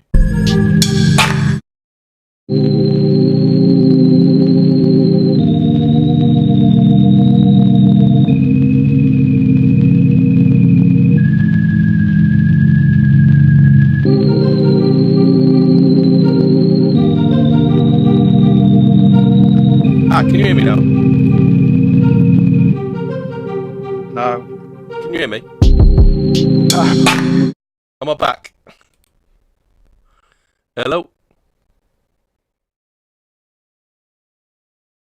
I can't hear you. Oh, bugger. What's going on?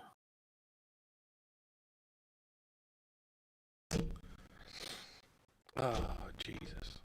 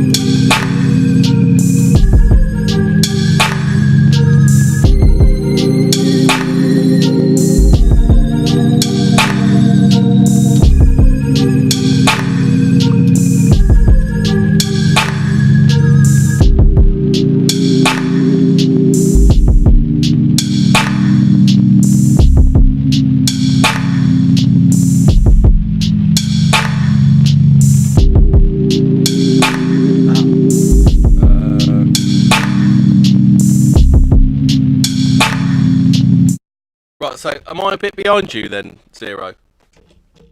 I can't hear you. Can you hear me? If you can hear the music, you should be able to hear me. Look in the chat. Last comment was, I'm robotic.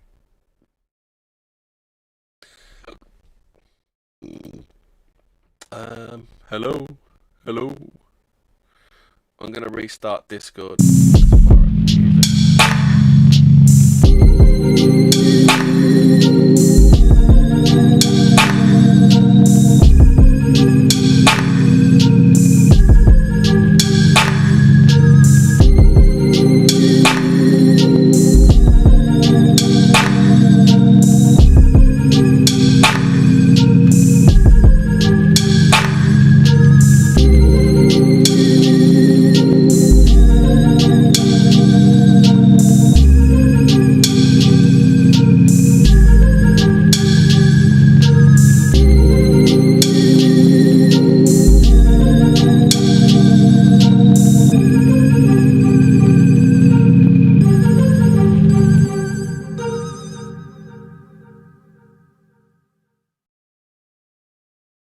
Right, hold on folks, I'm just restarting Discord. I'll play a bit more music for you.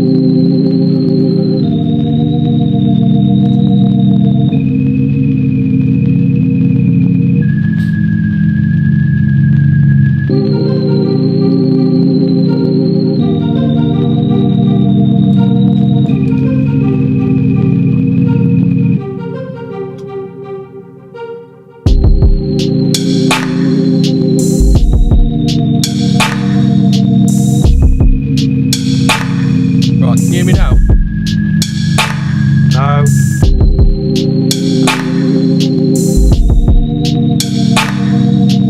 No. Hello? Can you hear me? No, I can't hear you.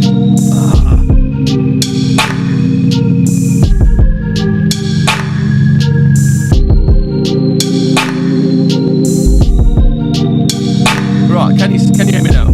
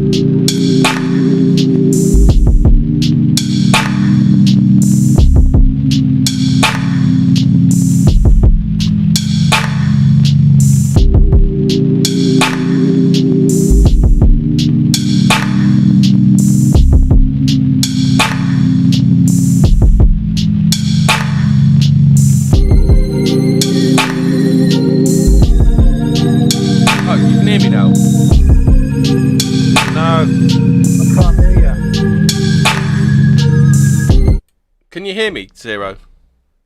No. Yes. Can you hear Look me? in the No. chat. Can you? Can you hear me? Yeah, I can hear you fine. Can Can you you- hear me? You're not in Discord. You're not in the voice connector Fuck it. thing. Oh, go You're to just not there. Jitsi. All right then. Go to Jitsi if you can Give hear me the me. link. Give us a link then. Give us a link. I've just put it in general. I got it. I got it. Yeah. Hold on a minute. You can hear me. Yeah, but you're not in Discord. You're just not there. That don't matter. As long as I'm You're- here, we can carry on with the show. as long as we can hear each other. Are you sure? Are you sure we're live? Yeah, we're still live. The show's still going. That's just. Hang on, I got to get my thing up. But you're not actually in Discord. I can't see your logo or anything. Okay, that's a bit weird.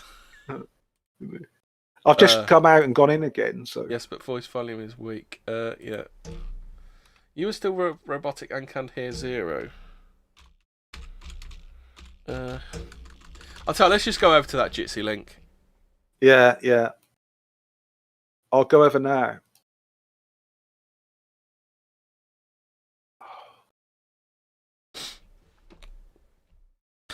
Funny how the name is Clever Reptilians Can Argue Loudly. Clever reptilians argue merrily is the is the.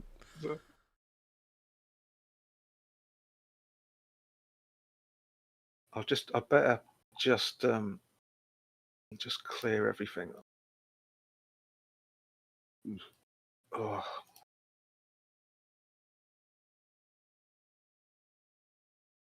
This is can't beat a bit of tech support, can you? Oh, Marco's saying everything's fine now. Where are we doing jitsu? Oh, I can hear two of you. It's just that's it, right? I should only be able to hear one of you now. Right, let's carry on. Where were we? 1, 2. Where were we? We were doing EU, weren't we? Yeah, I just. I think what happened. I think what happened was my internet went right down, but didn't cut out. Thank God, which means we're still on the same stream link. We're on Jitsu now, though, aren't we? We're not on Discord, right? That's just that I've got to wait now for my. It seems to take ages to open PDFs at the moment.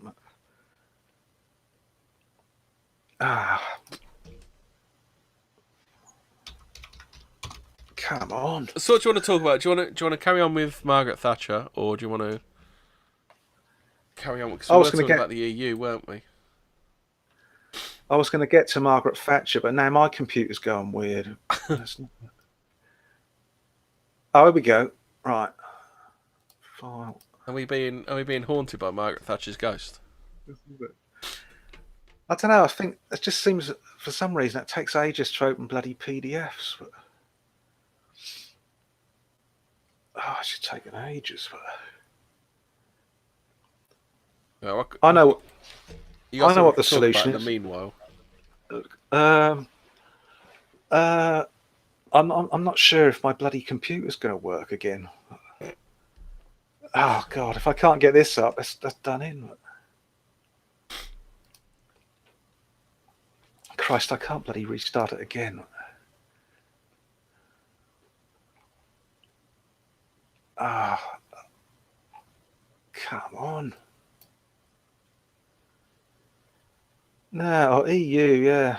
I hate it all. I hate everything. I hate this computer. It's not bloody working. I blame the EU. I hold the beat at the EU with their micromanaging of everything to do with computers. Yeah, I'm just having a look at a quick thread about like occultism in the EU. They're not talking about much of it, but they're talking about some interesting stuff like the Denver airport. That's really odd, isn't it?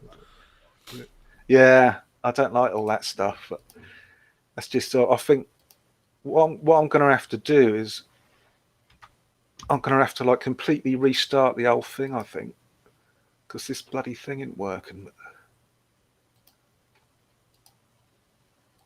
Oh my God. Nah, yeah, because if I'm not showing up on your Discord, it sounds like it's partly me, partly you, doesn't it? Yeah. What we're going to have to do, I'm going to have to like restart everything. So it's going to be like a 4 or 5 minute break. So what do you want to do? Sort of? Right. So I can just put the music on a loop until you come back if you want. I will be back. Yeah, I'm going to have to do a Oh, he's gone already. Sorry, folks. Just go and grab yourself a cup of tea or something. We are going to be back shortly.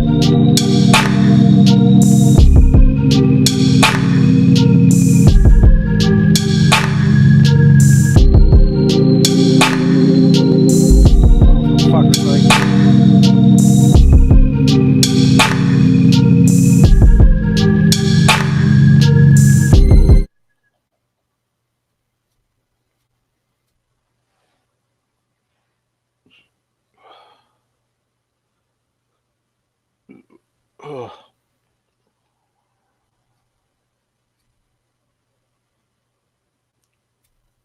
Sorry, mate. I can hear you now. yeah. Oh no, something's going on. It's how Christmas had too much No, turkey. Is that what it is? I can hear It's you how all right, but yeah. this bloody document view is not opening. It's still giving you grief, is it? The thingy's working all right. Oh, here we go. Hang on, bloody work. Oh my God, here we are. Back to normal. Right. Normal service has resumed. Everything's normal. Right. So are we going to get to Margaret Thatcher then? Let's get to the meat and the Right. potatoes. Yeah. Yeah. Political sorcery. I think. Now you sound a bit crunchy now. Oh, crunchy's not a problem. All I got to do is then I should not be crunchy anymore. That better? That's better. Yeah. Yeah. Crunchy's not a problem on it. That I can sort. Well, I can definitely assert that in the 1980s there was a definite like proletarian-based weaponized occultism magical war against the government and also the shadow government, because I was sort of involved on the peripheries of it. And I think this sort of thing, I think that was when I trace it back. I think we can trace it back to there's a British occultist called Ramsay Dukes who wrote two books called Sex Secrets of the Black Magicians Exposed and an essay on and Thundersqueak. They were published in 1975 and 1979 respectively. And can you hear me? Yeah, I can hear you fine. All right, yeah. Yeah, you do fine. Don't worry about it. Oh yeah, I've got to get paranoid now. But these two books were like a double whammy, and I certainly recommend like any intelligent, disaffected person to read them because they're still very sort of relevant. And these two books, they proposed a kind of a more subtle and crafty form of magic, like based on individual revolution than revolution in the traditional way of like the violent mob with like the violent Frankenstein mob sort of. So what do you mean by individual revolution? Everyone at home doing the same ritual or something like that? Well, it's more like sort of like instead of all getting together as a violent mob with your pitchforks, I think his books were saying like, no, you've got to like do it just individually. Like everyone's got to do their own individual form of revolution and just like to live a more freer life. And then if everyone started doing it, then you're going to get the 100th monkey principle happening, where it sort of like just spreads out and just sort of like people do it. Like the more people think something, the more other people seem to think things, don't it? Things seem to catch on in a sort of virus. Well, this is why I think that they they had to atomize us. That's why they had to destroy the church and the hub to stop people. Definitely. Because people would groupthink, wouldn't they? And generally, what they'd groupthink would be genuine conservative values, wouldn't it? I think maybe people were sort of realising that was going to come, this sort of like police state crackdown thing, because throughout the 1980s there were sort of like there were sort of like, I don't know if they were vanguard sort of intellectual circles, but they were definitely sort of like, Crass, that punk band Crass, that sort of anarcho-punk scene. I mean, that was quite a vibrant movement. And then you had the industrial music with Throb and Gristle and that, and then the extreme power electronics music scene with the Cum organisation. And I think that was all sort of bubbling along starting in the early 80s. And I think they realised that like sort of traditional cultural movements, and like let alone sort of traditional political action, they were just leading nowhere, weren't they? They sort of didn't really Well, there was They didn't really do anything. there was the did poll they? tax victory, which was like kind of Margaret Thatcher's one and only bloody nose, really, wasn't it? Yeah, but who was behind that? I think this like proletarian occult group. I think they were behind that. But yeah, we'll get to that. Yeah, definitely. Because I mean, just like by the 1980s, people had just had enough of Thatcher and her cronies, hadn't they? Like, even sort of, I think a lot of so-called or sort of people on the right were just like, sort of, they'd have had enough the of her, people who hadn't wanted they? to the people who wanted power were getting itchy feet as well, weren't they? Yeah. Heseltine organised a coup. I don't know who else organised coups in the 80s. Oh His God, was that one of the more Heseltine, yeah. Heseltine was one of the more high profile ones, wasn't it? God, he was a right nutcase, weren't he, old Tarzan. Heseltine? They Yeah. called him Tarzan because Tarzan, he looked yeah. like Johnny Weissmuller, didn't he? Yeah. That's just crazy. But I think people were starting to realise that they're like this elite few at the top of the pyramid scheme who were like literally ruling over the rest of the people. I mean, they're just not very nice, are they? They're not very nice people, and I Well, don't think. the I think, eighties was when they stopped doing good for us. When it wasn't good, wasn't good for us, and it was only good for them, wasn't it? I suppose it is part of the equation, isn't it?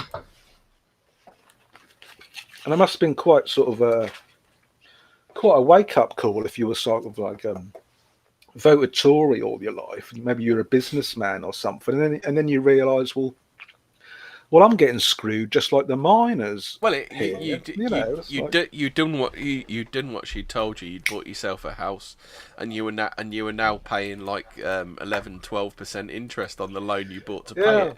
And she told you she'd help you out if she told yeah, you she'd help you out if you bought a house. That was what you were supposed to do. You'd done exactly as she told you, hadn't you? yeah.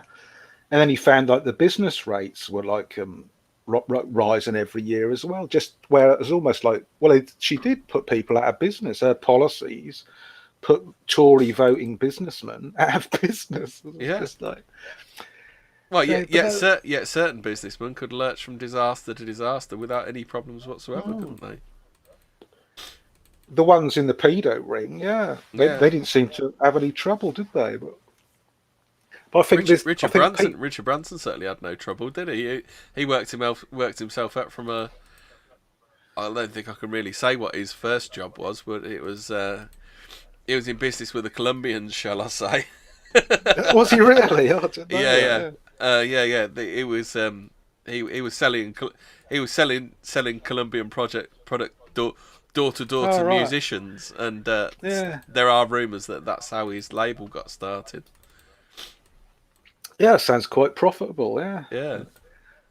But I think like people, or people in the artistic underground or whatever. I mean, people pick up on these things, didn't they? And I think I don't know whether they got together or whether it was just like a parallel development. But I think people realised there was this upsurge of feeling against the Conservatives, and I think they thought that, well, why don't we like exploit this by sort of using the occult to get rid of her, basically, or to get Do you rid of think them. maybe the Americans were ahead of the curve on this one? Because at the same time, over the other side, they were banning D&D because of occult imagery and stuff like that, weren't they? Do you think maybe they knew that Yeah.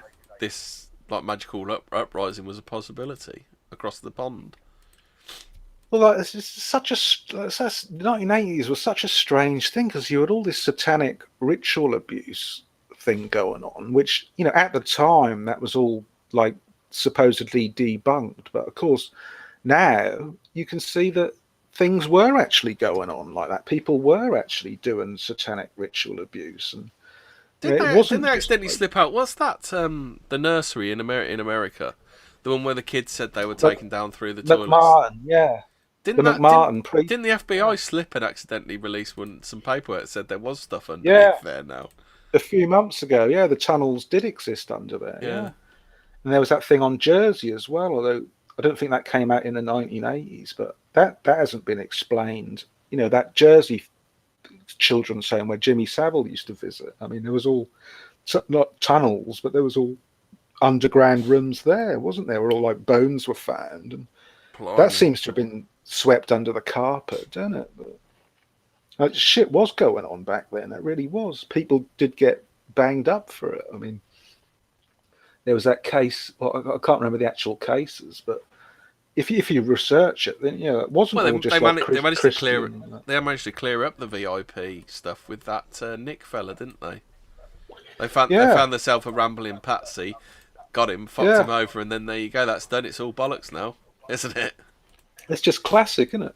Yeah. And we're supposed to be having this big, like, whatever they call it, this big investigation into it. Oh, they gave him plenty of time to burn the papers, didn't they?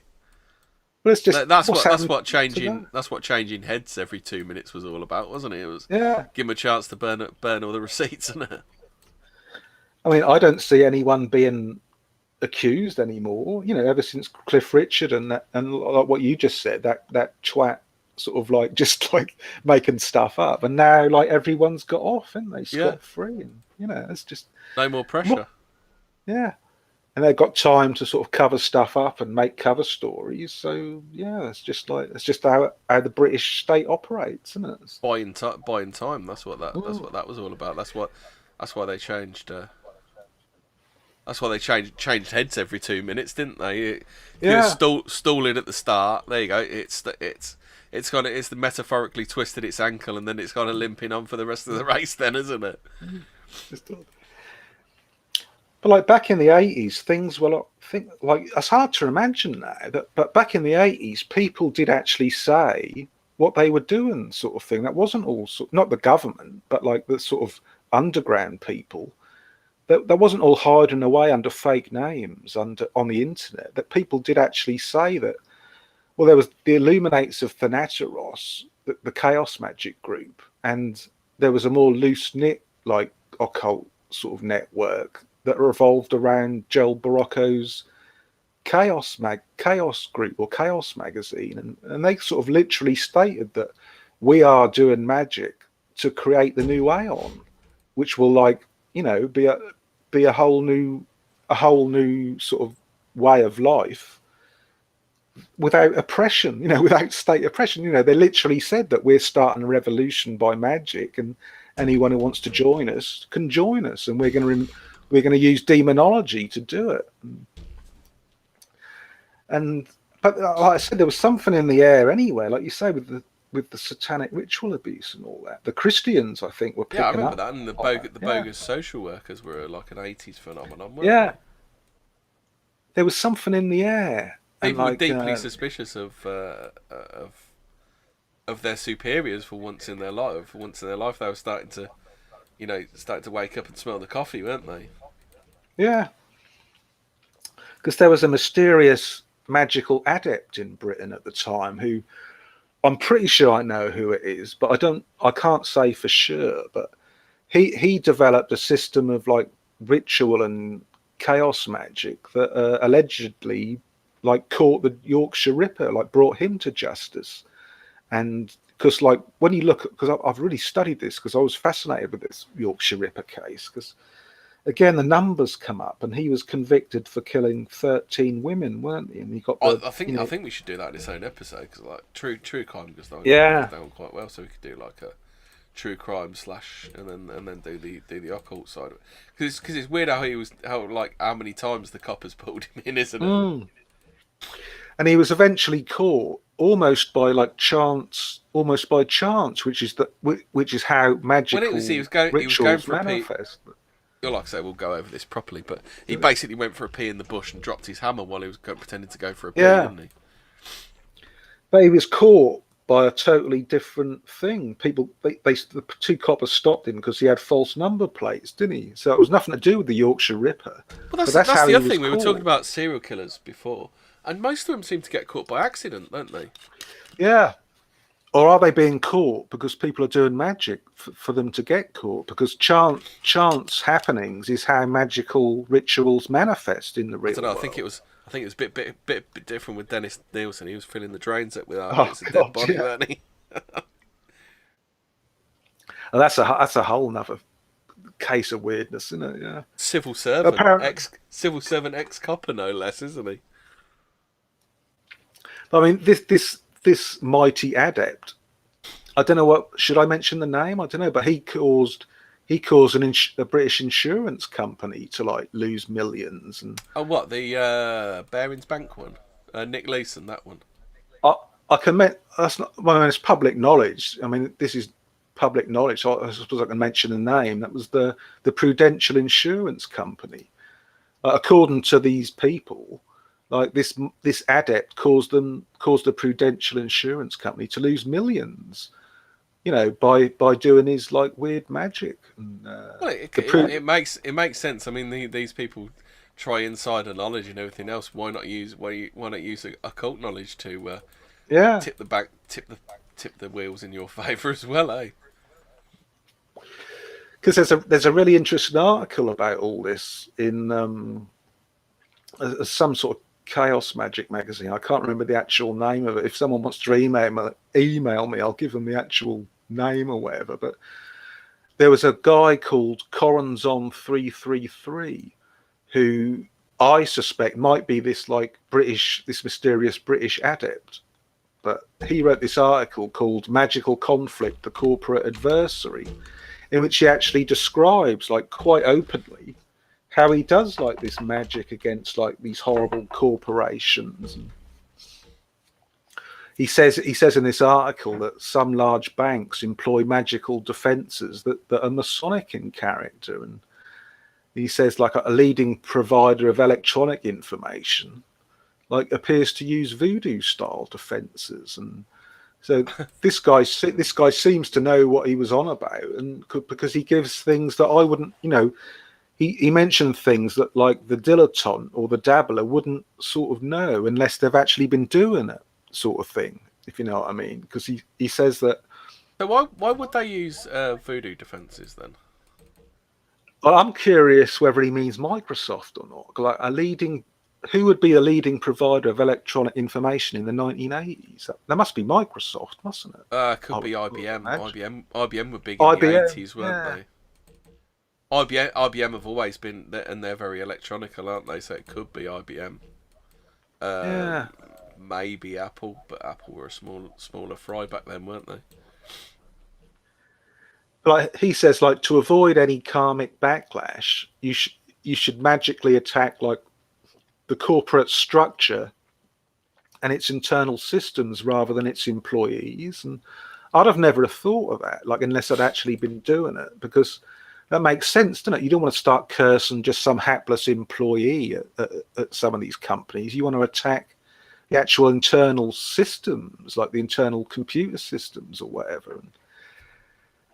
Anyway, he says, like, if you wanted to, I mean, this is pretty heavy stuff. I don't know whether I should be talking about this, but you know, this is actually on the public record. So I'm not like advocating this, but this is just what this guy says. But he says that if you want to sort of like, say you want to sort of curse some sort of large company, that you've got to start by probing the target's defences. And he recommends some techniques in Carlos Cosimano's 1987 book Psionic Power that apparently gives methods of how to do this. So he says, like, you find what magical defences the company's using, and then he dismantled them.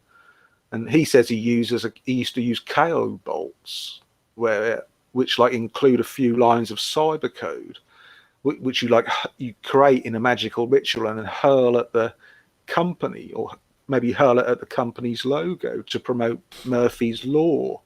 You know, that anything that can go wrong will go wrong. And he says here, and I quote, that computer systems with so-called uninterruptible power supplies are particularly vulnerable. I know of at least one instance in London this year, I think that would be 1984, when the failure of such a system has been attributed to such a magical attack. And, you know, he goes on about you can use like you can encode like the Enochian language in these like cyber coded KO bolts that you hurl at these companies. And what's a KO bolt? Knockout bolt? Or? It's like a sort of psychic bolt, like, you know, just like a psychic arrow sort of thing, where you conjure up a psychic arrow out of the raw chaos force of the universe, or the vril power, or whatever we're going to call it, and you just hurl it literally at the target. sort of thing. So what would you do then? Would you aim it at the head office then? Would you? Is that what you do? Personally, I'd hurl it at the actual logo of the company, I think, because the logo is set up as a magical defense or a magical thing, isn't it? The logos. I'd hurl it at the logo personally. Yeah, I'd say the logo holds the power of it. Yeah. Or you could do as in Monty Python, just hurl it in their general direction, sort of thing. Fart in their general direction. Hurl it in the general direction. But yeah, I can see it work, and he further says that like he was doing stuff using like homunculi and sort of like created entities and things, and he says that some successes have been achieved using that. But this is probably too complicated a question. But how do you know what they're using to protect their company? Well, that's what he said. Like, you've got to probe it out psychically first. You've got to do remote viewing or use these techniques out of this psionic power book. Like, because I said before, but I'm hesitant to say it now. But right, okay. You asked me about the election, and I said that I looked at it and I saw like the actual election results were being protected by like a series of white S-shaped S's were protecting it, and I couldn't see beyond that. And I think they do use these magical defenses. Like, I think they use white noise and things like that. Like, when I used to do lucid dreaming, I'd get to a certain stage where things were getting interesting, and then there'd just be like white noise and like white TV snow, and I couldn't get past it. That was like a sort of a force field, you know, like these things put up. Is that why some psychics say that they predict the end of time, because they hit this barrier? And they think that's the end of time or something like that. Yeah, I think that could be. Yeah, instead of being the actual end of time, it's just the end of their knowledge, isn't it? If you know what I mean. Yeah, they're being filled by like these force fields that are put up. Yeah, it's like alien entities when they abduct people, and then they implant these screen memories, didn't they? That they weren't actually. They make the people think that they weren't actually abducted by aliens, but they met an owl. Or they like went on a train ride or something, and yeah, and people believe it because they're going to believe it, aren't they? Because it's in their minds. So yeah, it's just like really odd. It was really in my mind, as a famous person once said. But according to him, he says like these entities that he conjured up, they did actually have some effect, but that these entities can be affected by the mundane distractions of an office environment kind of thing. It's all bright with all like machinery going, and they can get like distracted by that, and so not operate at their full capacity. It's just a curious sort of little known article that he talked about. And he also recommends like making the magical attack publicly known kind of thing, because that would that add power to it? But I know you said before about like the demon, if they see the sigil, they know about it. Could it be a similar sort of thing where if people look at a magical attack and think about it, they add power to it or something like that? Yeah, well they're opening themselves out to it, aren't they?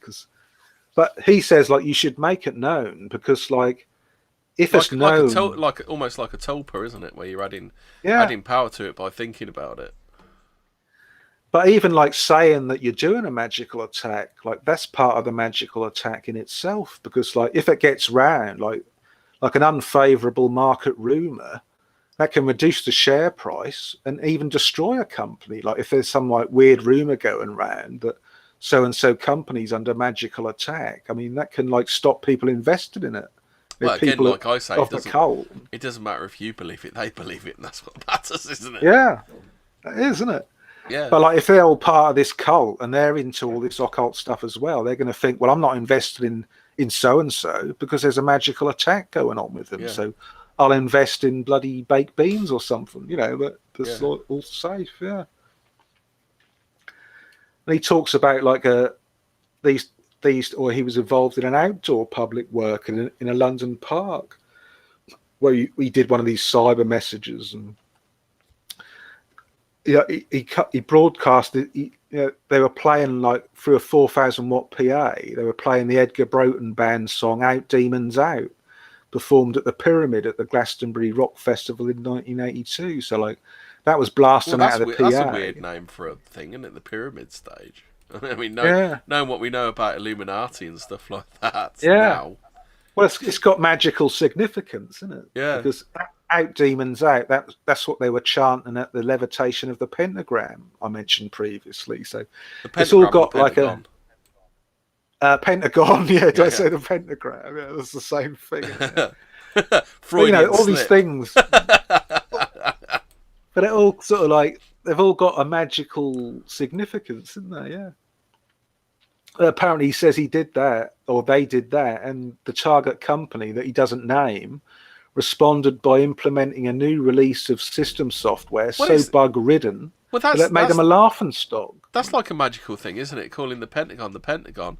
So there you go, you've got one word, and then it's kind of quite a powerful word, because you immediately think of the defense of the United States, don't you? Yeah.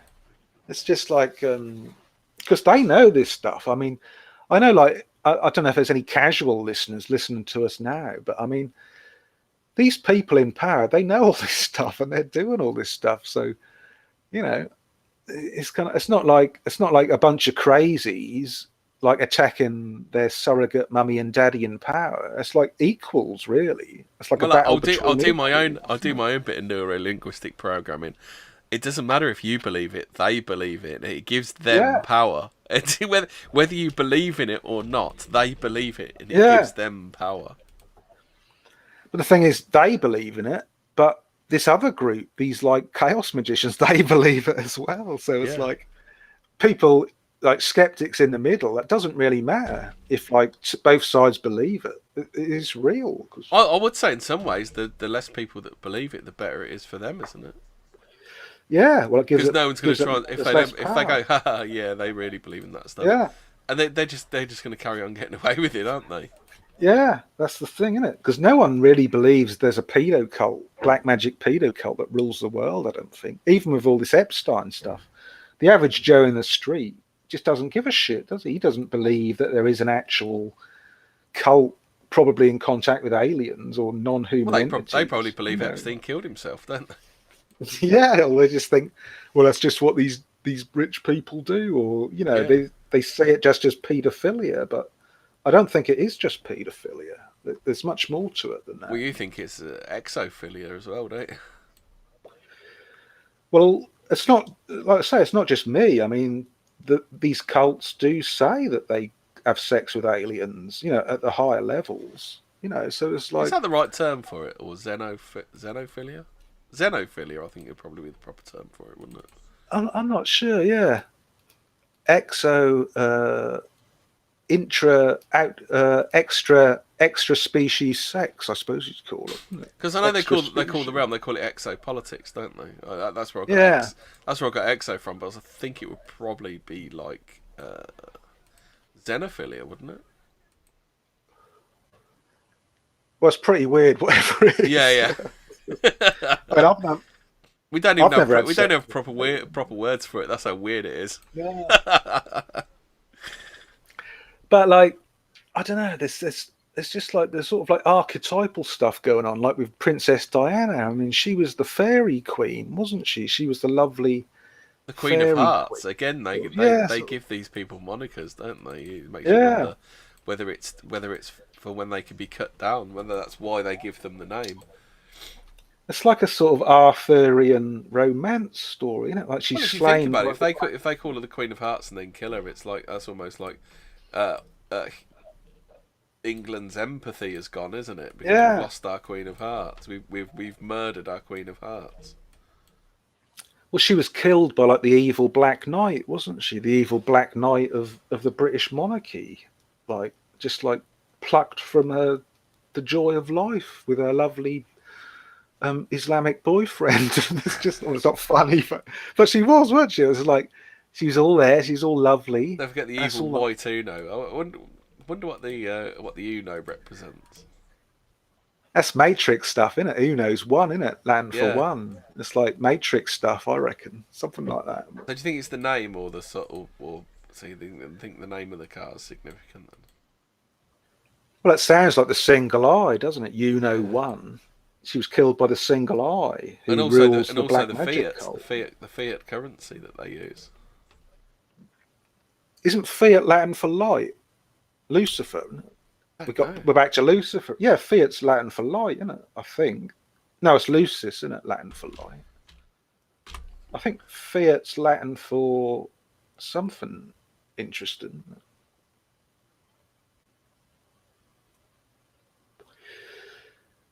It's Margaret Thatcher. Fiat. I'm sure fiat's Latin for light, but I know Latin for light is lucis. But it's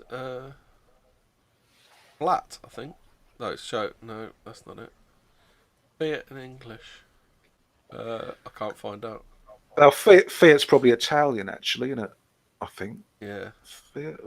Well, I suppose that's Latin as well. But anyway, with this like archetypal sort of programming that they seem to do, I mean, look at Prime Minister Margaret Thatcher, our lovely Thatcher. I mean, she was like worshipped and also despised like some sort of fairy tale queen, wasn't she? She swept into power, and she was a queen, wasn't she? I mean, all her cabinet like worshipped her, didn't they? And they're all in spitting image. They were always characterised, weren't they? It's like bowing down and worship. They were lackeys, weren't they? Yeah, it's just sort of odd. She was like the wicked witch of Westminster, wasn't she? Yeah, it's just like odd. I mean, who was she? I mean, she was a childless, like isolated, self-opinionated, scheming. Oh no, she wasn't. Mark actually, and Carol. Two. You're too short. I've put childless in there. You're thinking of. I think you've got her mixed up with Theresa May. Oh, Theresa May. Yeah, that's the one. I'll have to delete that. She's barren, isn't she? But she was like a stubborn, sort of like weird insomniac freak, weren't she, Margaret 3 hours Thatcher? a night, wasn't it? Supposedly. What's that? Yeah, 4 hours a night with her weird. I heard it was 3 hours. With her weird like machine she stuck in the bath with her, didn't she? Apparently, she had sort of like. Not that thing that Kurt Cobain used to use, and I think it led to his suicide. Did he use one as well? Yeah. Yeah, it's the. I don't know what it was. Something light box, isn't it? Some sort of light box, isn't it? I thought it sent like a mild electric current through the bath water or something. That sounds a bit dangerous. I'm pretty sure that. Well, yeah, it's just odd. But apparently Kurt Cobain used to use that box that used to radiate colours or something, and it. Oh, the Dream Machine. Yeah. You're thinking of the Dream Machine, yeah. No, that's totally different. You don't stick that in the bath. Yeah. She used this little device that you stuck in the bath, or you stuck the wires in the bath, and that sort of like electrocuted you mildly to sort of. I don't see how that would stop you sleeping, get rid of your need to sleep. But apparently that's what she used. But because what was she before? What was she before she was a politician? She gained a degree in chemistry, didn't she? So she's like an alchemist mixing potions, isn't she? Alchemist, yeah. I was gonna say that. I can see her in her 1950s semi-detached, sort of like cackling and sort of like mixing up these like potions and things. Because she specialised in X-ray crystallography, which is a bit of an esoteric branch of chemistry, you know. Jesus Christ, it sounds like one. Yeah.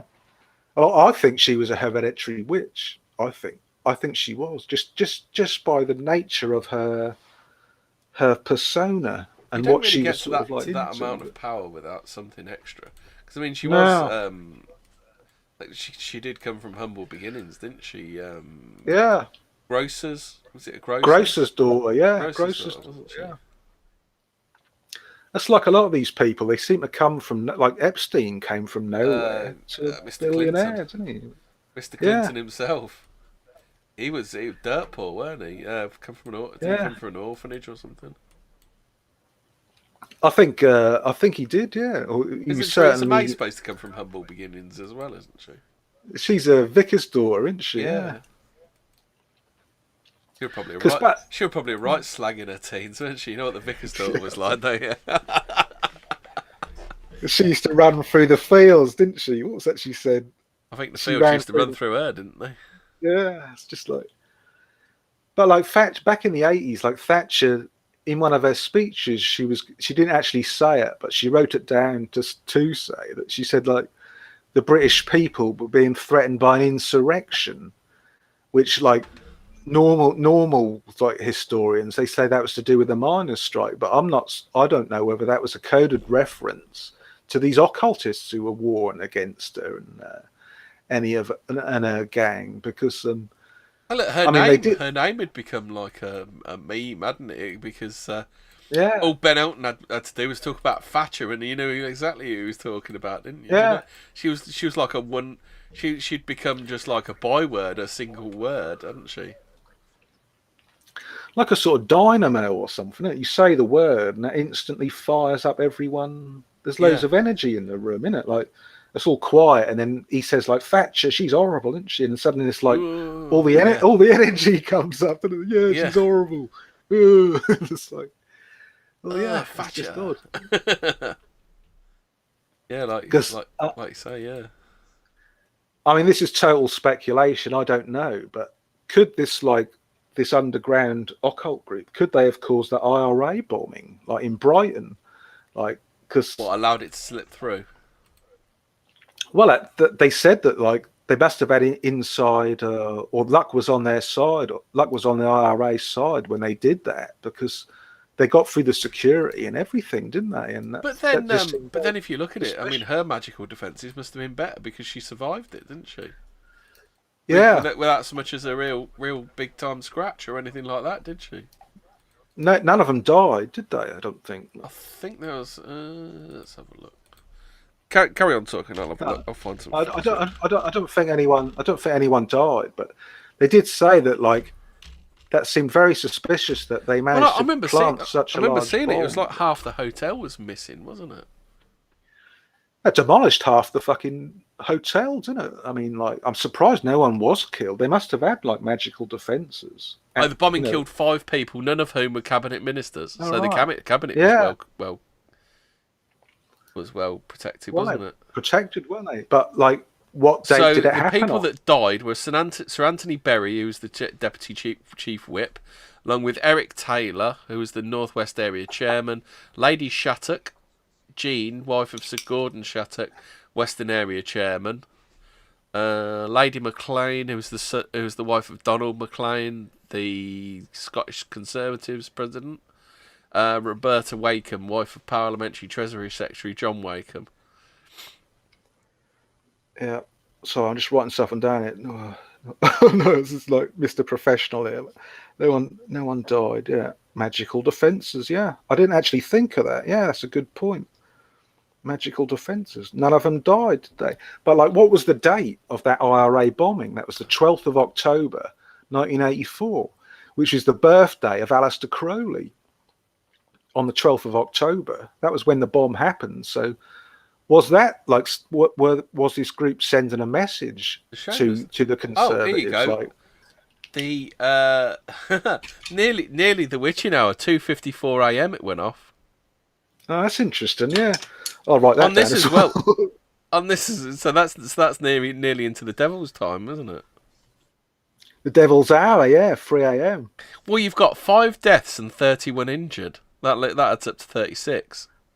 Oh, you're kidding, aren't you? 31 injured. Yeah. That's the number of Crowley's Book of the Law, isn't it? That's the key to the Book of the Law. So the bomb goes off on Aleister Crowley's birthday. Do you want the coordinates? Could they be... it's even got the coordinates on this Wikipedia article. 50, 49, 17, north. 31 injured, 5 killed. Well, 5 is like the pentagram, isn't it? So that's another symbol of magic. 31 killed. I mean, 31 is the key to Aleister Crowley's Book of the Law. Yeah. As written in Frater Atchad's Liber 31. Yeah. So that's pretty odd. Well, yeah, thanks, Emma. You give me some good stuff to go on there. Yeah, nice. Hold on a minute. So I've got some other stuff. Preparation. Patrick McGee stayed in the hotel under pseudonym Roy Walsh the weekend of the 14th to the 17th of September. I don't know whether they're significant dates.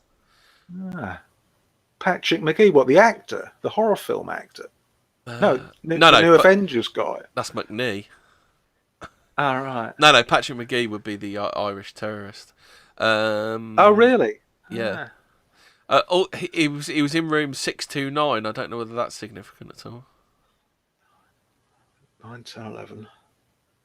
What's 629 added together? I can't think. 8. 9, 10, 11. 18, isn't it? Yeah. 6, No, 6, 17. 6, yeah. 17. I know, yeah. 9, 17. That's 17, yeah. I'm sure there's something in there. But... Which comes down to 8, doesn't it? It's just that around this time, I mean, in this Eliminate of Thanataros's like magazine, Chaos International, the editorial said, like, you know, what are you sorcerers out there doing about all this? Like, nothing effective, it seems. The problem is that such figures must have some sort of protection, magically speaking, albeit unknown to them personally, just to survive unharmed in their somewhat precarious lifestyle. But when I mean, that's quite a strange quote to put in it. But when you look at the state of that hotel, I mean, how can only 5 people have died? Yeah, they must have had some sort of magical protection, I think. Yeah, because they must have all been probably all in similar sort of rooms close to each other. Well, it says in the wiki, I think, that he that he had the room above hers. Yeah, that's just odd, isn't it? Because I mean, maybe when was that? What was that? 1984, was it? Yeah. Yeah, 1984, and then you got the poll tax riots in 1990. I mean, that was like the biggest like riot demonstration for quite a while, wasn't it? And maybe that was caused by these magicians as well. Right. So the bomb detonated approximately 2:54, and then it brought down a 5-ton chimney. There you go, 5 again. 5-ton chimney stack, which crashed down through the floors into the basement, leaving a gaping hole in the hotel's facade. I said she was still awake at the time.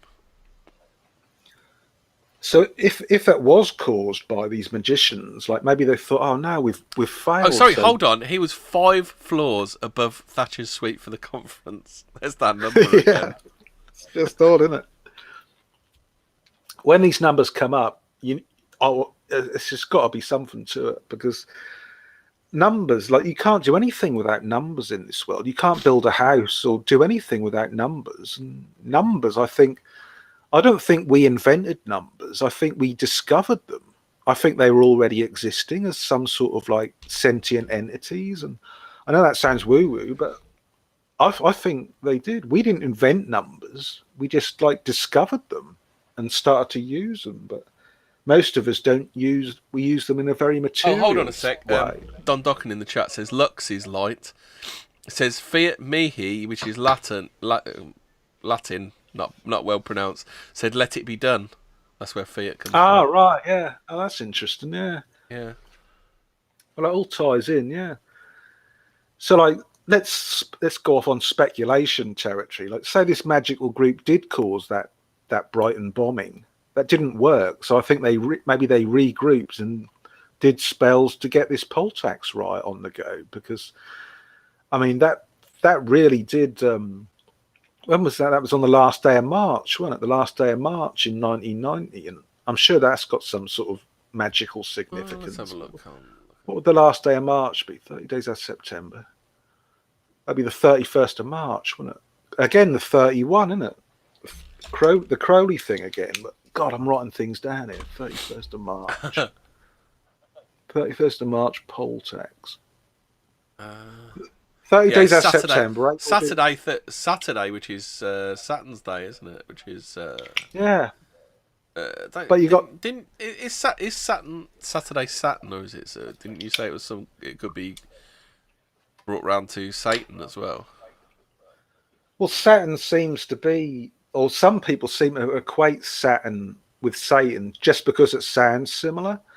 Yeah. But I think there's probably more to that. I think because Saturn is quite a sort of serious god, isn't he? He's quite a serious god who sort of rules the world. And I suppose that's how they say like Satan, because Satan's supposed to be the god of this world according to the Bible, isn't he? So they're sort of world controlling gods. So non-fatal injuries, you've got 113 and arrests 339.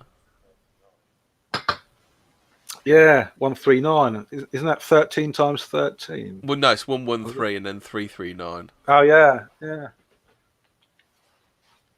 Well, they got her in the end, didn't they? Because if this group did do spells to create the poll tax riot, I mean that's what led to Margaret Thatcher being. I mean, she was out by November that same year, wasn't she? I mean, that's what got rid of her, weren't it? So Yeah. they won in the end. And then look what happened to her after that. I mean, her brain literally melted, didn't it, towards the end of her life?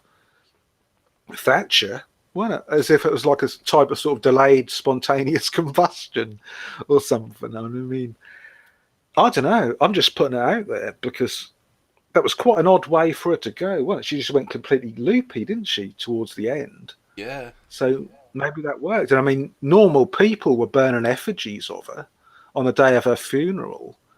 And I mean, that's a magical, dead, wasn't it? Went to number one. I mean, that's a magical ritual, isn't it? Burning effigies of someone. That's like voodoo, isn't it? Sympathetic magic. Like, and maybe they were doing it because they sort of subconsciously sensed that she was the witch queen, you know, and they were just trying to get rid of her completely. But yeah, that's just odd. Whoops, what we at?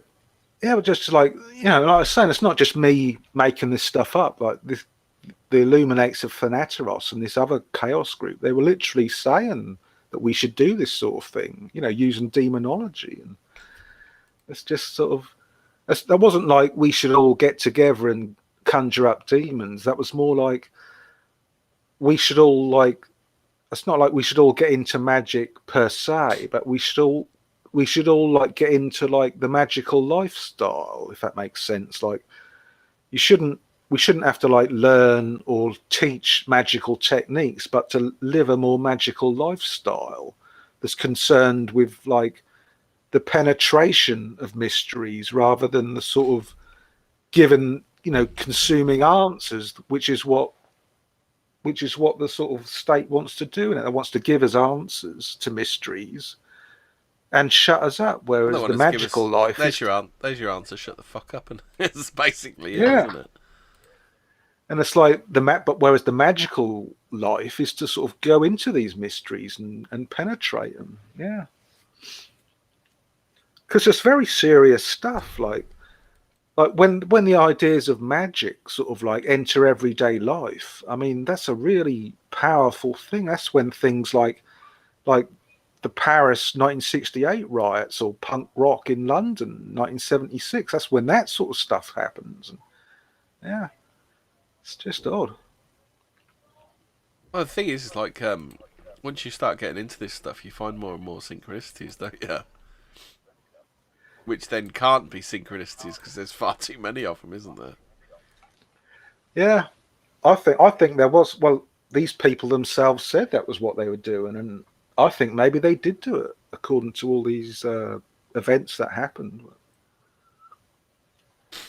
It makes sense because she was like a very, very belt and braces person. I mean, at some point you obviously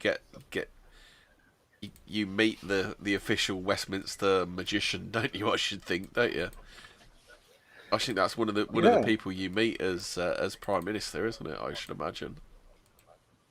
I'm sure they're taken off into some little dark room in the House of Commons, yeah, and like things are explained to them, yeah. Do you mean like the American Book of Myths, Book of Secrets myth?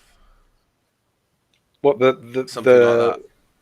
Mally P. Hall's one, that big book, that Secrets of All Ages sort of thing. The one that apparently the American president. Yes, you remember the Nicolas Cage film? You seen that one?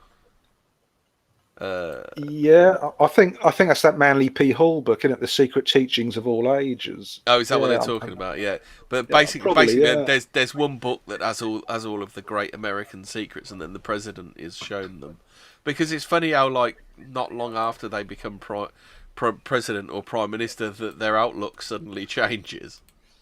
Yeah, it can't like all Obama, be. It can't all be just they never meant it in the first place, can it? Yeah.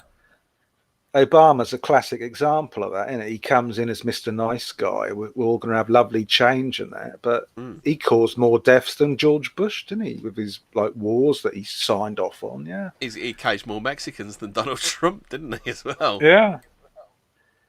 There's so many Mexicans. He let so many Mexicans in. Yeah, it's like Well, not only that, he was impossible. deporting and holding at the border more Mexicans than Donald Trump, wasn't he? Yeah, it's all weird. I mean, this could bring us on to the British Royals, but that's a whole nother show, really. I mean, Blimey, isn't it? the amount of weird That's not one you're goes going on to with just that. whip through, is it? Is there any more on Margaret Thatcher then? Is there? Or? That's pretty much it. Yeah, I think she was cursed. I think to put it bluntly. Yeah. But she must have had some fair amount of magical power to get there in the first place, mustn't she? But it's like all these so-called dictators, isn't it? Do you think they have like an inherent amount of it, or do you think they're introduced to it, or what? I think like I don't know. I think like maybe they're like that's like Hitler and Stalin and Chairman Mao. They seem to get into power, and maybe they're sort of okay people once they get into power, but then something goes weird, doesn't it? It's like they open themselves up to something non-human almost. Or... Well, do you think like we're going to do esoteric Hitlerism at some point, aren't we? But do you think kind of Hitler got bogged down because some people say that he got bogged down in the occult, and that's why he ended up losing, didn't he? Yeah. He had his head too much in the occult and not enough in what his troops were doing, didn't he? Well, he was what psychologists call a magical thinker, wasn't it? That was like, I want this to happen, and this is going to happen because I think it, and I'm a big magus, and it's magical thinking, isn't it? Whereas he really, I mean, I can't really speak for Hitler, but I think there was a bit too much of that going on rather than more down to earth, listening to your generals, their advice, sort of thing, saying like, well, come on, like, you know, this isn't a very good idea. And then he's saying, oh, no, I've willed it and this will happen. And so do you believe all the stuff that he had, like, his occult advisors and, like, their word was law and stuff like that? Yeah, it's like all these other things that there's a lot of, well, there's evidence to say he was, and there's evidence to say he wasn't. So, and there's also his enemies, isn't there? So it's quite complicated, isn't it? Because you've got the man and the myth, haven't you? And sometimes the myth isn't created by the man himself, is it? I think a lot of it was more Himmler, wasn't it? He was like the occultist, weren't he? Himmler with his. I mean, the way the SS put a skull and crossbones on their caps, like right over the third eye. I mean, that's quite a statement, isn't it? Yeah. I think like saying we're sort of like dark occultists or something like that.